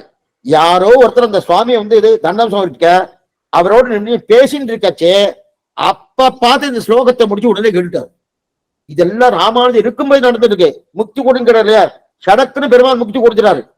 என்ன ஆயிடுச்சுன்னு ஆழ்வார் பாசத்தை முடிச்சுன்னு கேட்ட ராமானுஜர் கேட்க, முடிஞ்சிருச்சு சுவாமி, நான் கேட்டுட்டேன், தேவபிரம் கொடுத்துட்டாரு. என்ன கேட்டார், என்ன கொடுத்தாருன்னு கேட்டேன். நான் முக்தி கேட்டேன், அவர் முடிச்சு கொடுத்தாரு.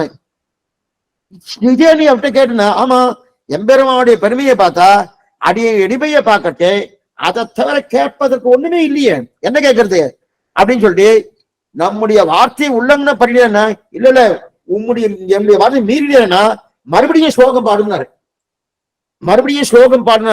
மறுபடியும் பெருமாள்கிட்ட கேளும் போது சொல்ல, அப்ப சாமான்யமாக 2வது தடவை கேட்க மாட்டா.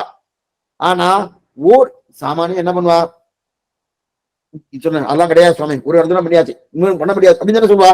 ஆனா அதே போல தேவைப்பட 2வது தடவை கேட்டாருன்னா, அப்ப ஆஸ்திரருடைய பெருமாளுக்கு எவ்வளவு தூரம் அந்த ஆஸ்தித பரதந்திரா இருக்கான்னு மறுபடியும் கண்ணை கொடுன்னு சொல்ல அவரும் கேட்க கண்ணை பெற்றார். முதல் தடவை கேட்டது கண்ணை கேட்கவே இல்லை. முதல் தடவை கண்ணை கேட்டாருன்னா கண்ணை மோட்சத்தை கொடுன்னு கேட்டார். அது மட்டும் இல்ல, கணக்கு மட்டும் கேட்கல, நான் பெத்த பேரு 400 ஆண் பெறட்டும். அது என்னவா சுவாமி 400 ஆனாலும் இவர் கண்ணே போயிடுச்சு. நமக்கெல்லாம் என்னன்னா, எனக்கு ஏதோ ஒரு அடிபட்டு கொடுத்து ஏதோ எனக்கு அவரால் எனக்கு துன்பம் வந்துடுத்து வச்சுக்கேன், எனக்கு சமங்கள் வந்துன்னா அவரை பழி வாங்கறதுக்கு தயாரா இருப்பேன். என்ன தயாரானா, எப்படி பழி வாங்குறது என்னவா வாங்குறது அப்படின்னு பண்ணி ஒண்ணும். இப்ப கூறத்தார் என்ன பண்ணணும், இவர் கண் போவதுக்கு சம்பிரதாயத்துக்கு இந்த மாதிரி தரிசனம் போவதுக்கு காரணமா 400 இருந்தா என்ன படட்டும், என்ன படட்டும், அவன் நரகம்தான் எந்த இருக்கணுமோனோ இல்ல.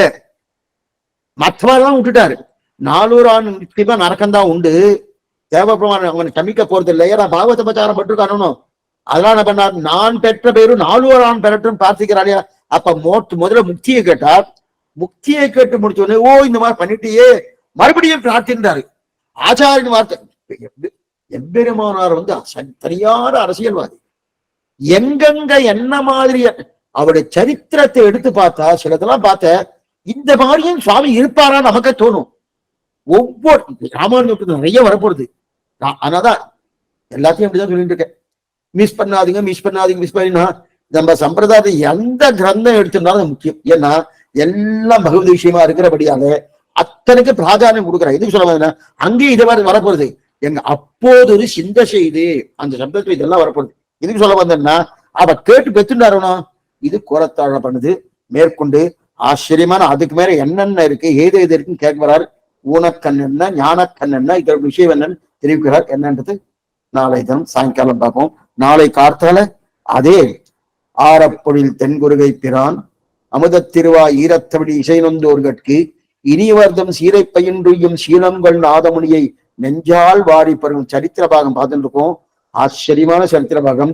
அது மட்டும் இல்ல, கிருத்த திரேதா துவாபர யுகத்துடைய நிலை என்ன, மேற்கொண்டு ஆழ்வாருடைய நிலை என்ன, ஆழ்வார்கள் ஏன் கண்ணனை சந்திக்கல, ஆழ்வாருடைய இந்த காலம் எதனால இந்த மாதிரி ஆயிடுச்சு, இதெல்லாம் நாளை தினம் பார்க்கணும். அது கார்த்தால 10 மணிக்கு, சாயங்காலம் அதே பிரகாரம் 5:30 மணிக்கு பௌதீஷ காலட்சம் இதை கண்டினியூ பண்ண போறோம். அவசியம் இன்னும் 4 பேர் ஆயுஷன் கேட்கணும்னு பிரார்த்திக்கிறேன். இப்பதான் சந்தேகம் இருந்தா அவசியம் கேட்கும்படி பிரார்த்திக்கிறேன். ஆழ்வார் எம்பெருமானாகிய திருடிலேசனம் ஆச்சாரிய திருடிலேசனம் பாகவதால் திருவடிகளே சரணம்.